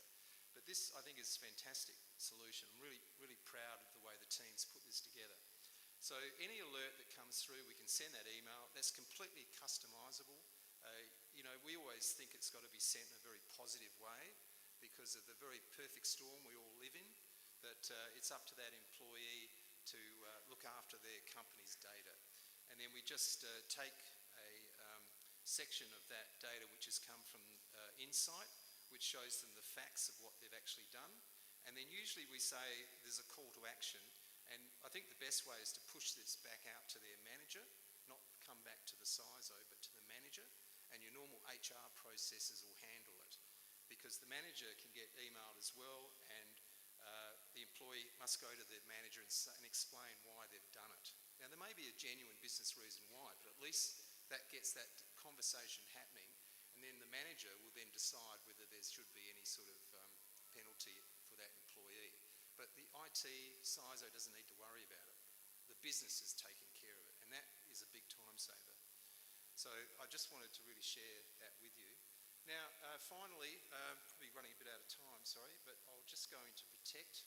This is our crown jewels, and I believe it is also going to protect your crown jewels as well. Now, Protect is an end-to-end encryption tool that really allows you to encrypt any unstructured data. As I said, it could be a PDF, it could be a CAD drawing, it could be an MP4 file, it could be any file type. And basically it allows you to set up controls and rules that when you export data from, say, your trusted systems, whether it's SAP or with a Salesforce, you can ensure that that data that's extracted from those systems is automatically encrypted persistently. And then it can stay encrypted all through the journey through the organisation, and even while being in use. And that's the big game changer. The employee who's actually editing that data doesn't need to actually de-encrypt it to use it, because that is just not going to work. It's got to be transparent to them. And basically, if you do get a hack and you've got a threat actor monitoring your system, and they say, well, I'm going to transfer that file out because that looks interesting, and they steal it, and say it's a passport photo in this example, well, it doesn't really matter, because what they're going to see at the end is that view there. And I'll just give you a bit of a look at that, how that works. So this is I'll just pause it here for a sec and just go back. This is a Word document that's been encrypted with Protect. And we know that because it's got a little red symbol there, and that means it's been labelled as highly sensitive. You could change that labelling colour to various colours to match your own labelling, but we know that one's sensitive. And the user's going to open that up, and you'll see it just can be edited like any other document. So this document is encrypted with AS256 encryption, which is military grade encryption, and you can edit it there, do whatever you want, you can save it. Now in this case we're simulating a hacker. So the hacker, I'll just stop it here, assuming they've seen this document, they've opened it up, and they can see it's got some confidential information in it, and they want to steal this document. This is one way of how they can do it, and this is how hackers actually work. Now, they're going to save this document not as a Word document, but they're going to save it as an HTML file, because they know that the company's not picking up HTML files that are exported or exfiltrated out of the organisation. So they're going to be a little bit tricky. They're saying, I'm going to save as an HTML file because I know I can still read it when I get it back onto the server. So they've saved that, and you can see that there. I'll just stop it there. So here's the file here that they've copied, and this copy remains encrypted automatically. It doesn't matter what happens to that file, it still remains encrypted. And they can see, I can see all the information there, great. I'm going to now copy that out and put it onto my device, which does not have Protect. And you'll just see this here. So they're copying that particular tool, and now they're pasting it to another device which is outside the organisation. Just let your imagination go with that one. And there's the copied encrypted document. Now when they click on it to open it up, that's what they're seeing. So that means that document is now completely worthless. And then you would have to beg the question, well, if I've been hacked and I've had documents stolen that are encrypted, the question is, do you need to report it? Because effectively nothing's been stolen. Now that's not a question I'm going to answer here today, but it's certainly a question talking to the regulator and say, look, would you be comfortable us not having to report this because it's encrypted? Worth having the conversation, I think. So anyway, that's just a little bit of a look, and I'll just close that down here. And I just want to dive into a little bit more about, sorry, I'll just get this here. Close that down. So if we go into encrypt, this is another example of a CAD drawing, and we spoke about that. So you can actually use the CAD drawing. Once again, once it's outside the corporate environment or the particular workstation that's encrypted, it's once again just gobbledygook. And that is actually a word in the dictionary, gobbledygook too. Now, the way Guardware Protect works, as we said, it's really any unstructured document. We can actually encrypt databases if it's an archive database sitting in a server somewhere that you want to protect, but we don't actually encrypt databases themselves because they're considered trusted. SAP and Salesforce we would consider trusted applications. But we can encrypt the documents that come out of those systems. And they can be encrypted, even though encrypted at rest has been around for years, encrypted in transit years. What is new and unique is encryption in use. And when you encrypt the document, it still remains encrypted at all those stages of the journey of the document. And as I mentioned, we can automatically encrypt should export data out of whatever trusted system you use. We can set that up for configuration. All you need to do is just set the system's name. You don't have to do any integration with it. It's just that when the document moves into SAP and it's been signified as trusted, then it automatically decrypts as it goes into SAP. And it does it at such speed it's transparent. So there's a lot of sophistication behind that. You also have the ability to destroy documents. Now this is very important when we're talking about PII and PCI DSS. You can set an expiry date on a document, so that could be in 4 years' time. You want that document to be destroyed. You can set that up at scale with a business rule, and that document will be destroyed in 4 years' time. And the way it's done that is the encryption key gets turned off. You can also encrypt via project. You can also, by time where you've got non-connectivity, so you might be saying, well, I've got an air-gap defence environment, which is quite common, and they'll put the encryption tool in that air-gapped environment. They want to work on it, and you can allow that to be encrypted for a certain amount of time. And then after that time period, it will be decrypted. So it gives you the possibility to actually work on files that aren't connected to any internet or environment if you choose to do so. So I'll just move on a bit here. That's really the conclusion of it, of the presentation. So I want to thank you very much, and I'll just open it up for questions before we close. Yes? You have a question?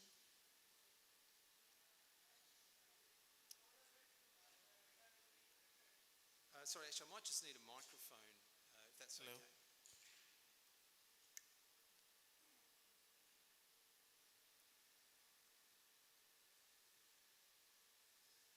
Hello. Yes, I can hear you. I have 3 questions. Like you told us that we have encrypted data. So if we email or share some data out of organization and it is already encrypted, so how can the third party can view or use that data? That's a very good question.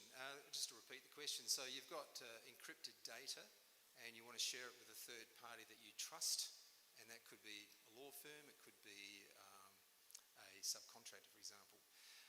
Protect out of the box allows you to share it 3 ways. You can actually automatically zip it up as a zip file with a PIN code. That's one way. The second way is you can use Microsoft Information Protection, which is a standard out-of-the-box Microsoft capability. We tap into that and allows you to have the encrypted file sent over the public network, fully encrypted with Protect, and then when it gets to the end user that you want to send it to, assuming they have Office 365, they'll just use the standard Microsoft 365 login credentials to get access to that file. Now, the risk there is once they open the file, the encryption is gone, in the sense that the file is now exposed. The third option, which is more sophisticated, but very simple, in fact simpler to use, but a more sophisticated outcome, is you could entrust that third party with a Protect agent on their workstation, and you can share a file just through attachment to an email. It'll be encrypted to AS256 encryption, and it's sent to that person who's got Protect, the third party. That person can then open that file transparently. They don't necessarily know it's encrypted, but they've got the encryptor there. They can download it, they can open it up, they can edit it, they can copy it, they can rename it, they can archive it. And you still have 100% control over that document. And if your contract finishes, you can then destroy that document. So that's a very sophisticated way of what you can do with Protect when you have a trusted third party. Sorry, you've got another question? Yes, thank you.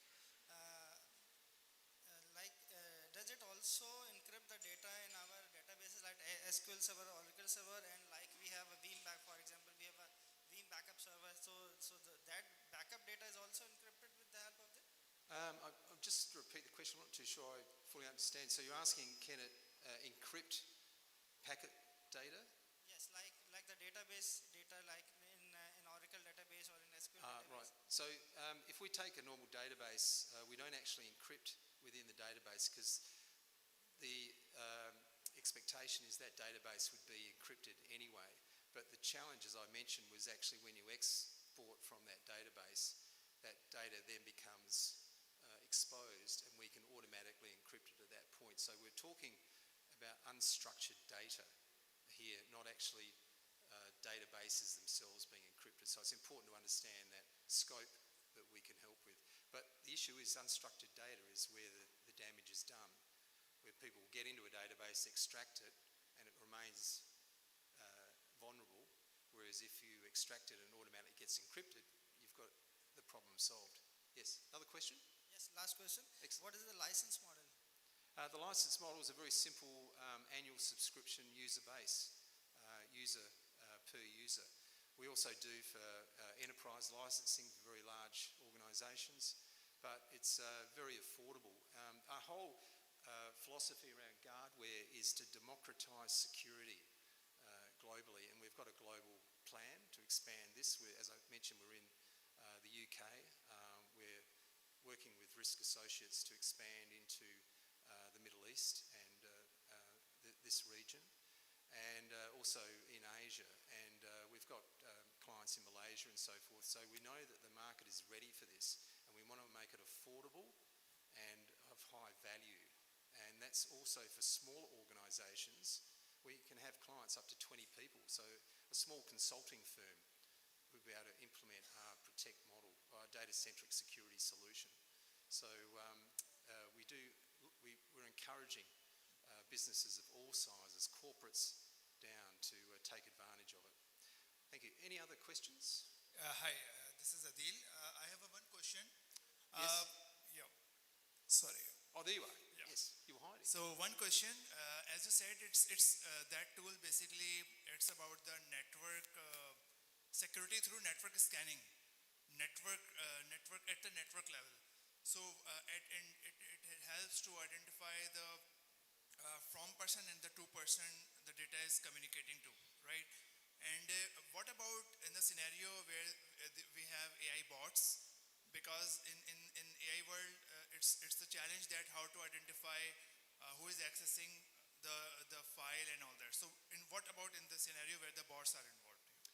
I think I understand the question, that that's identifying who would be accessing the file from an auditing perspective? Yeah, as you said that whenever the file is exchanged Yes. to someone, Yes. that someone has some identity. Yes. And what about in the scenario where the bots are involved? Because bots do not have as such the identity that they are accessing the file and all that. So our Insight tool monitors any files and has a very comprehensive audit tracking on how data is accessed. So that would pick that up. But if from a Protect perspective, if you're sending it to a third party, that also gets audited as well. So the two work together. Basically, Insight and Protect work together. So Insight will give you all that control over who's accessing it and so forth. All the detail as to their PC, their serial number, etc., whatever detail you want. And that's through Insight, and Protect will do the encryption. So the two work together, basically. All right. Is that okay? Thank you very much. All right. Thank you very much. I think that's probably time. Is it? One more question. Yes. There is a lot of scanning running with the Guardware. So what impact does it have on the performance of the user experience and all those things? Very good question. That was about the impact on performance. And we're pleased to say, look, Insight has been around for quite some time, and that analysis, there's no performance impact at all. Now also and we're happy for you to test that, and you can see running it on workstations. That's the monitoring side, which does the analysis of the tracking and movement of data. On the protect side, the same. There's no performance degradation at all, and once again you can test that for yourself. And that's absolutely key, what you've raised, because one of the challenges with encryption is that it's hard to use. Like, we can encrypt anything. It's been around for years. It's not rocket science, but it's not going to be taken up if it's hard to use. And that's what we've been able to do, is the speed of which we encrypt. So the way we actually encrypt documents when they get uploaded into something like a CAD drawing, it virtually is a block cipher technology which uncrypts a small block, puts it into the application, and it comes down the other side and then encrypted again. It happens so quickly, you just don't know it. And that's really our secret sauce of how we've been able to do that. Thank you very much. There's no other questions. I'll just say, and look, good luck Australia in the test. Hope we do well. Thank you.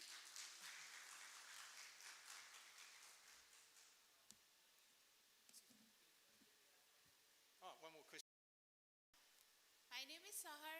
I'm representing Infrasam in Pakistan here. I'm working as IT manager there. My question is, as you have said that the system is integrated with the SAP for file import and export. So my question is it integratable with other ERP principles like Oracle or Odoo or NetSuite, anything else, or it's just integrated with SAP? Actually, I might have to take that with notice if you don't mind. A little bit technical for me, and can I come back to you on that question? I cannot answer that off the top of the head. Sorry about that. Yeah. Kashif, could you just make a note of that, and we'll come back? Thank you.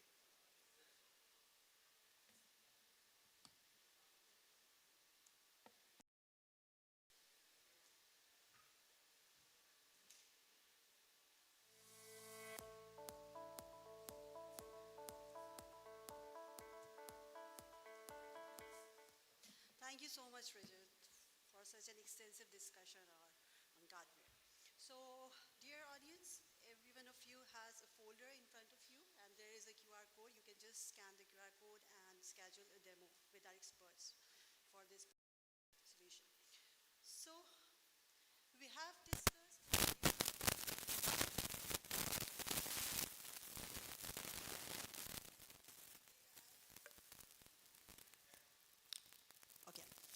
So we have discussed AI all the morning. We have discussed cybersecurity. We have discussed local and global regulatory landscapes. So if we accumulate all this discussion, so we cannot forget a name here. A name who has been working within all these domains for the last 3 decades. And of course, he has established several national level forums. He gathered, onboarded all the skill set across the country, and actually he has been driving, or he has been actually navigating through having a cyber resilient Pakistan. So our next speaker is President of Pakistan Information Security Association and a former Additional Director General of FIA. Please join us in welcoming a pioneer and a visionary, Mr. Ammar Jafri, for his keynote address, Artificial Intelligence for Cybersecurity.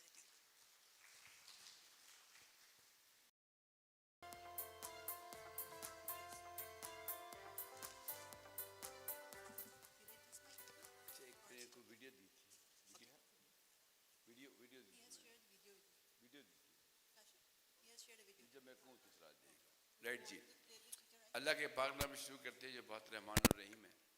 साथियों, I am sandwich and my talk. पहले तो मैं doctor Aftab आपका शुक्र अदा करूँगा, आपने मुझे मौका दिया। बहुत आप थक गए होंगे, पता नहीं मुश्किल मुश्किल बातें सुन के परेशान। इसी शहर में एक वाक़या हुआ था, जब मैं FIA में था, एक केस में पूछा जी कहाँ से आई है ये मालूमात, कहा जी सर्वर से ली है। तो क्या सर्वर किधर है, सर्वर को बुलाओ। तो تو ہم نے وہاں سے شروع کیا تھا یہ کام, ٹھیک ہے, اور آج ماشاءاللہ اتنی بڑی جگہ پہنچے ہیں. ساتھیوں مجھے 15 منٹ دیے گئے, ان کو میں نے کہا مجھے چڑ دے دیجیے گا ورنہ میں بھول جاتا ہوں کہ 15 منٹ تھے میرے پاس. یہ جو کچھ بھی لکھا ہے ابھی یہی بیٹھ کے لکھا ہے. انٹرنیٹ تھا, انٹرنیٹ ہے اور انٹرنیٹ رہے گا. جو تھا اس کو بھول جائیں, جو ہے اس کو بھول جائیں. بات کریں گے کہ جو آنے والا انٹرنیٹ ہے اس کی ہم بات کریں گے. سائبر سیکیورٹی ایک چھوٹے سے بچے سے لے کر, ایک سیسو سے لے کر, ایک کے بینک کے پیریڈ سے لے کر, نیشنل سرٹ سے لے کر سب کی ذمہ داری ہے. لیکن سیسو کو پکڑا جاتا ہے, مسئلہ یہ ہے سارا. مسئلہ یہ ہے کہ سیسو کو بلاؤ جی, ٹھیک ہے جی, اب اس کا جواب تلاش کریں گے سارے مل کے, ٹھیک ہے. سائبر سیکیورٹی ڈپینڈ کر رہی ہے ہماری ٹیکنالوجی کے اوپر. کہتے ہیں you can't stop time and technology. کوئی لوگوں کا خیال یہ اے آئی کو آگے مت جانے دو, یہ مسئلے پیدا کرے گی. آپ کوشش کر کے دیکھ لیں, کچھ نہیں ہوگا, اسے جانے ہی جانے آگے. You have got only one option to learn it, that's it, ٹھیک ہے جی. اے آئی کیا ہے؟ ایک کمپیوٹر سائنس کی برانچ ہے, سمپل سی بات ہے. میں روز آدھے گھنٹے اے آئی پڑھاتا ہوں اور فری پڑھاتا ہوں بائی دی وے. شام کو 8 سے لے کے 8:30 تک زوم کے اوپر, جس نے پڑھنا ہو آ جائے, جس کو سمجھ نہ آئے. چلے اپنا تعارف نہیں کرایا, بے شمار لوگ نہیں بھی جانتے ہوں گے.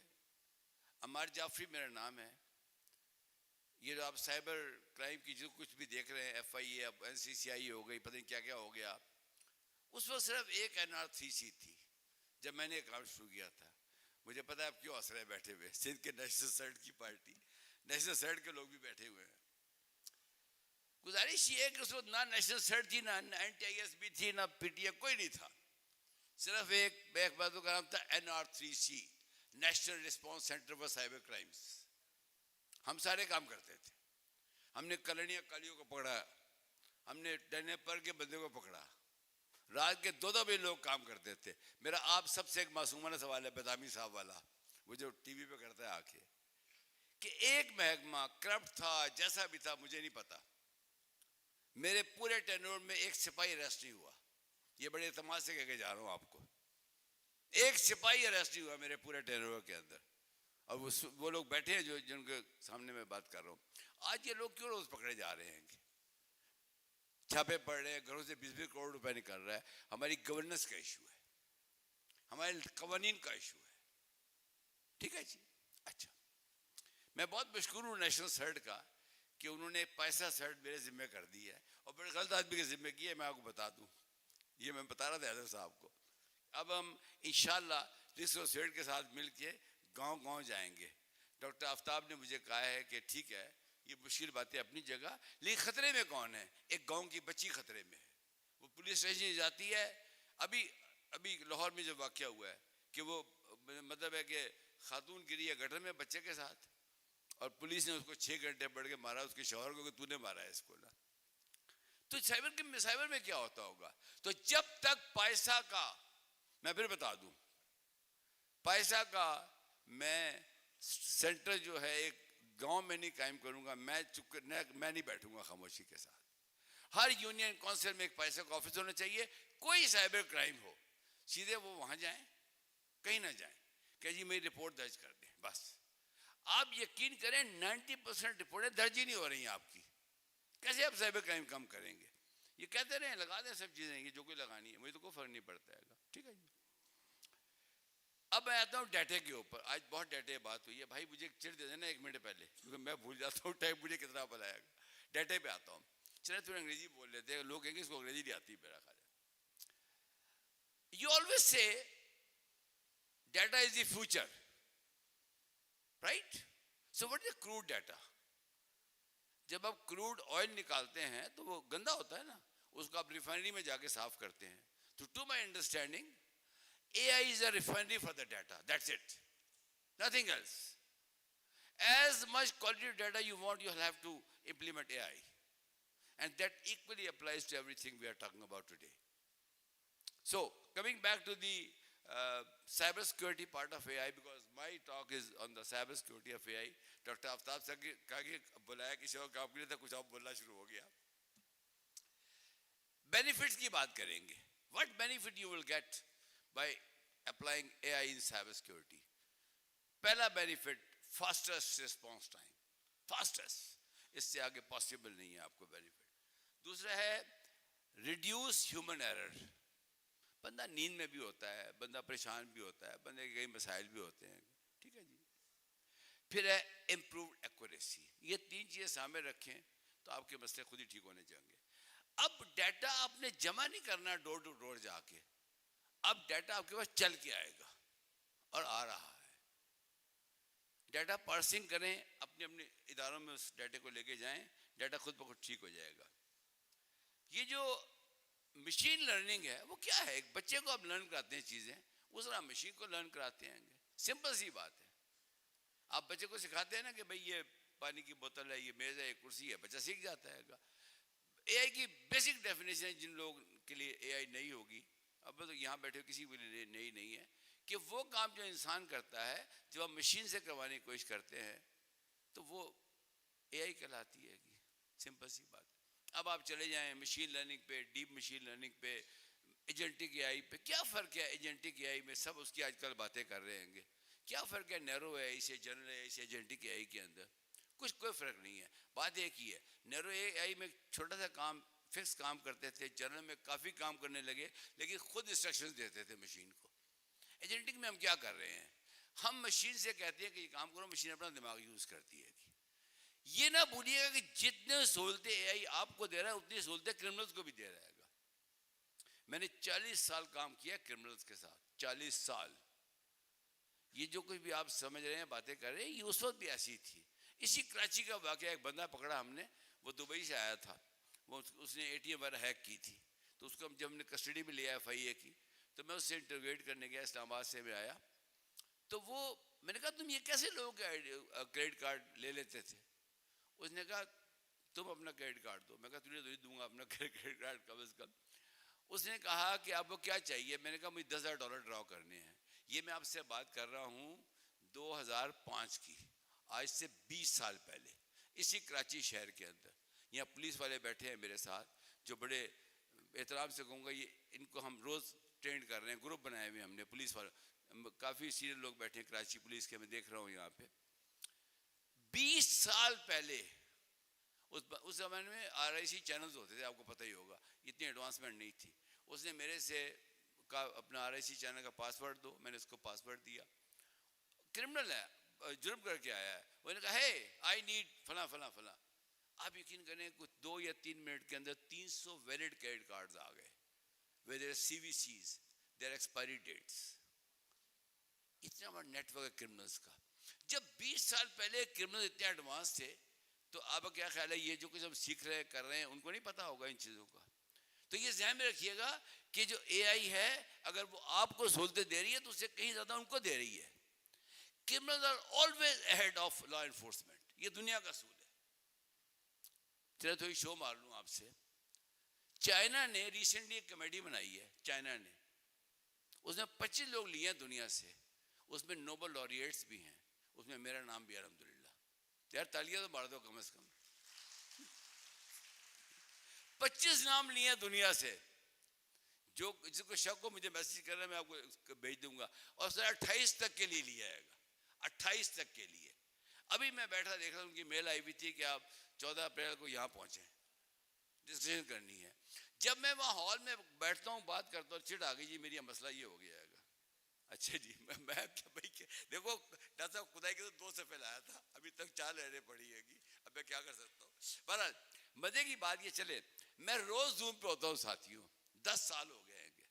اور جو لوگ اٹینڈ کرتے ہیں مزاج گواہی دے گا اس بات کی, روز زوم پہ ہوتا ہوں, 10 سال ہو گئے. دنیا کے کسی حصے میں ہوں, 8 بجے پہنچ جاتا ہوں, 8 بجے صبح اور 8 بجے شام کو. فری پڑھا رہا ہوں double C.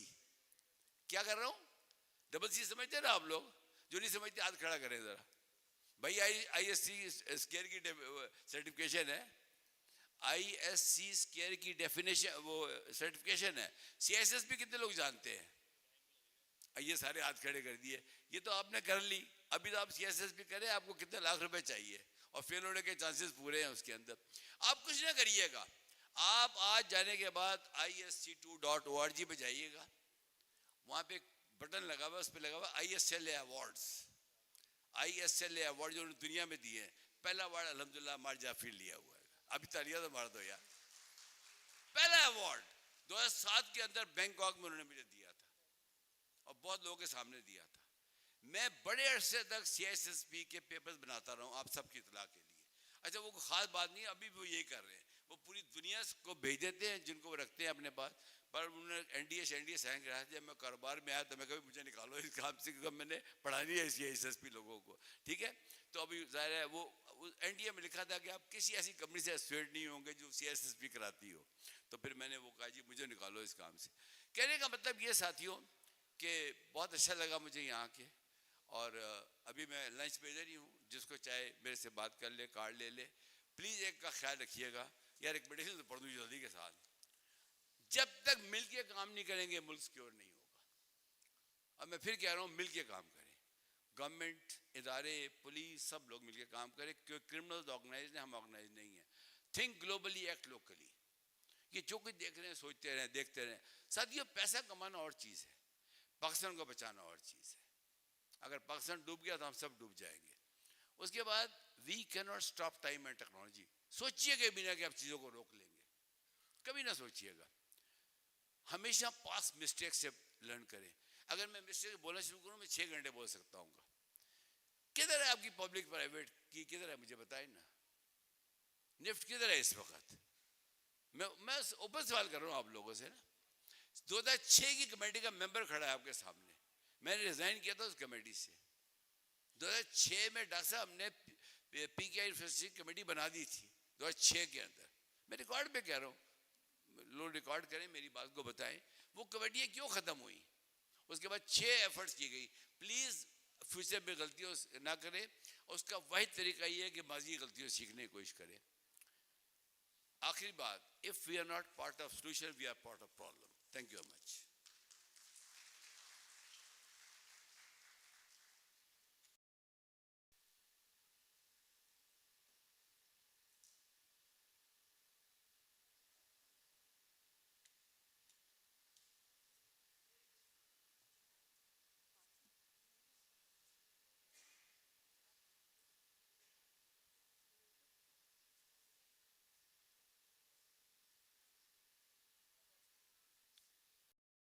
Thank you so much, Amar Jafri sir.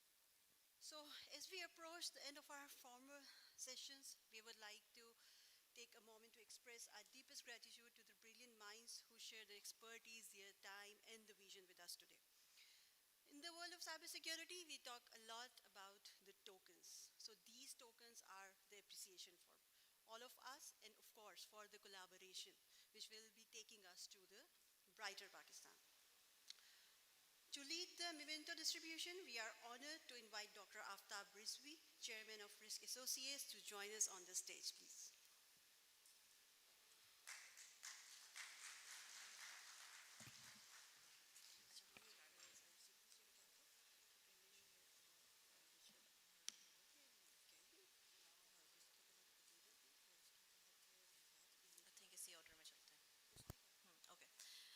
First, we recognize our pioneers of the always-on shift for their deep dive into autonomous pen testing. Please welcome Kelly and Hussein back on stage.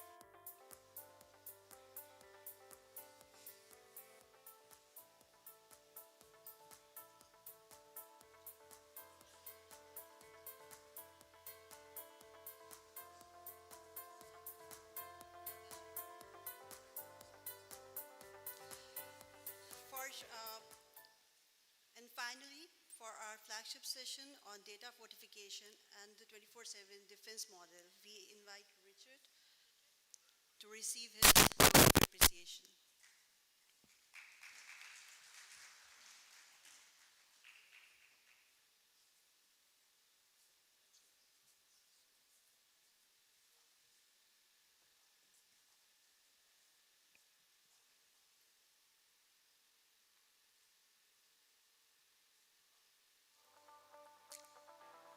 For insights on national perspective, we have Adila Wakar. Please welcome Adila.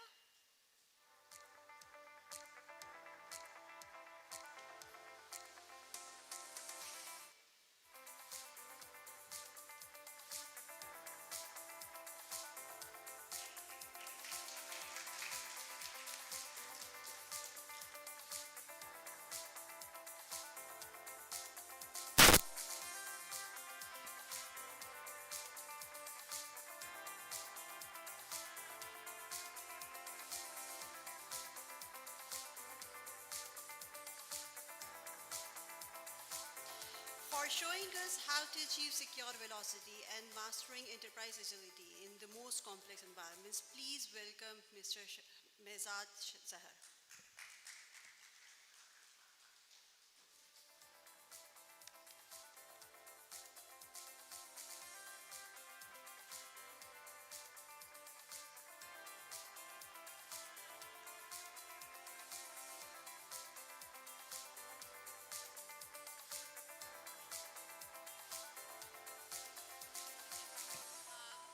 Mr. Amar Jafri, if we could have you on stage, thank you for your insights on AI. Doctor साहब के award लेने से पहले एक बात बताऊं, जो थोड़ा साथ में किया डॉक्टर साहब ही मेरे साथ थे उसके अंदर। आप तालियां, आप तो ज़्यादा मारे ना तालियां, क्योंकि गवर्नमेंट साइड से मुझे मिला था कि I was serving the government of Pakistan, और प्राइवेट सेक्टर से डॉक्टर आफ्ताब को मिला था। मैंने कहा सॉरी, उसमें गलती हो गई, मैंने कहा बता के अवार्ड लूँ इनसे। Thank you.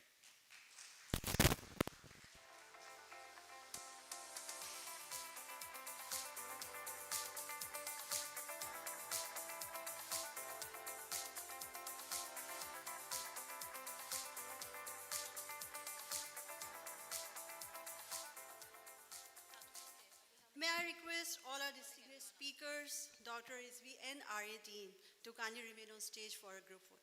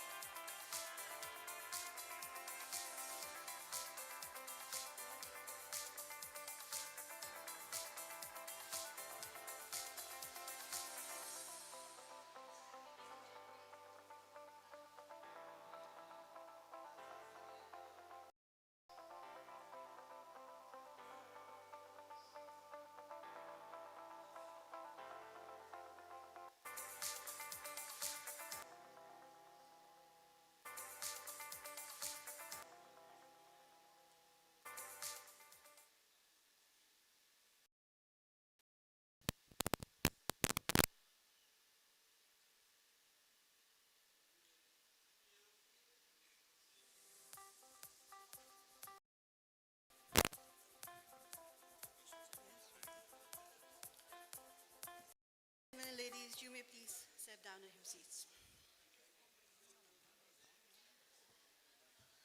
Dear audience, thank you so much for taking out time and join us.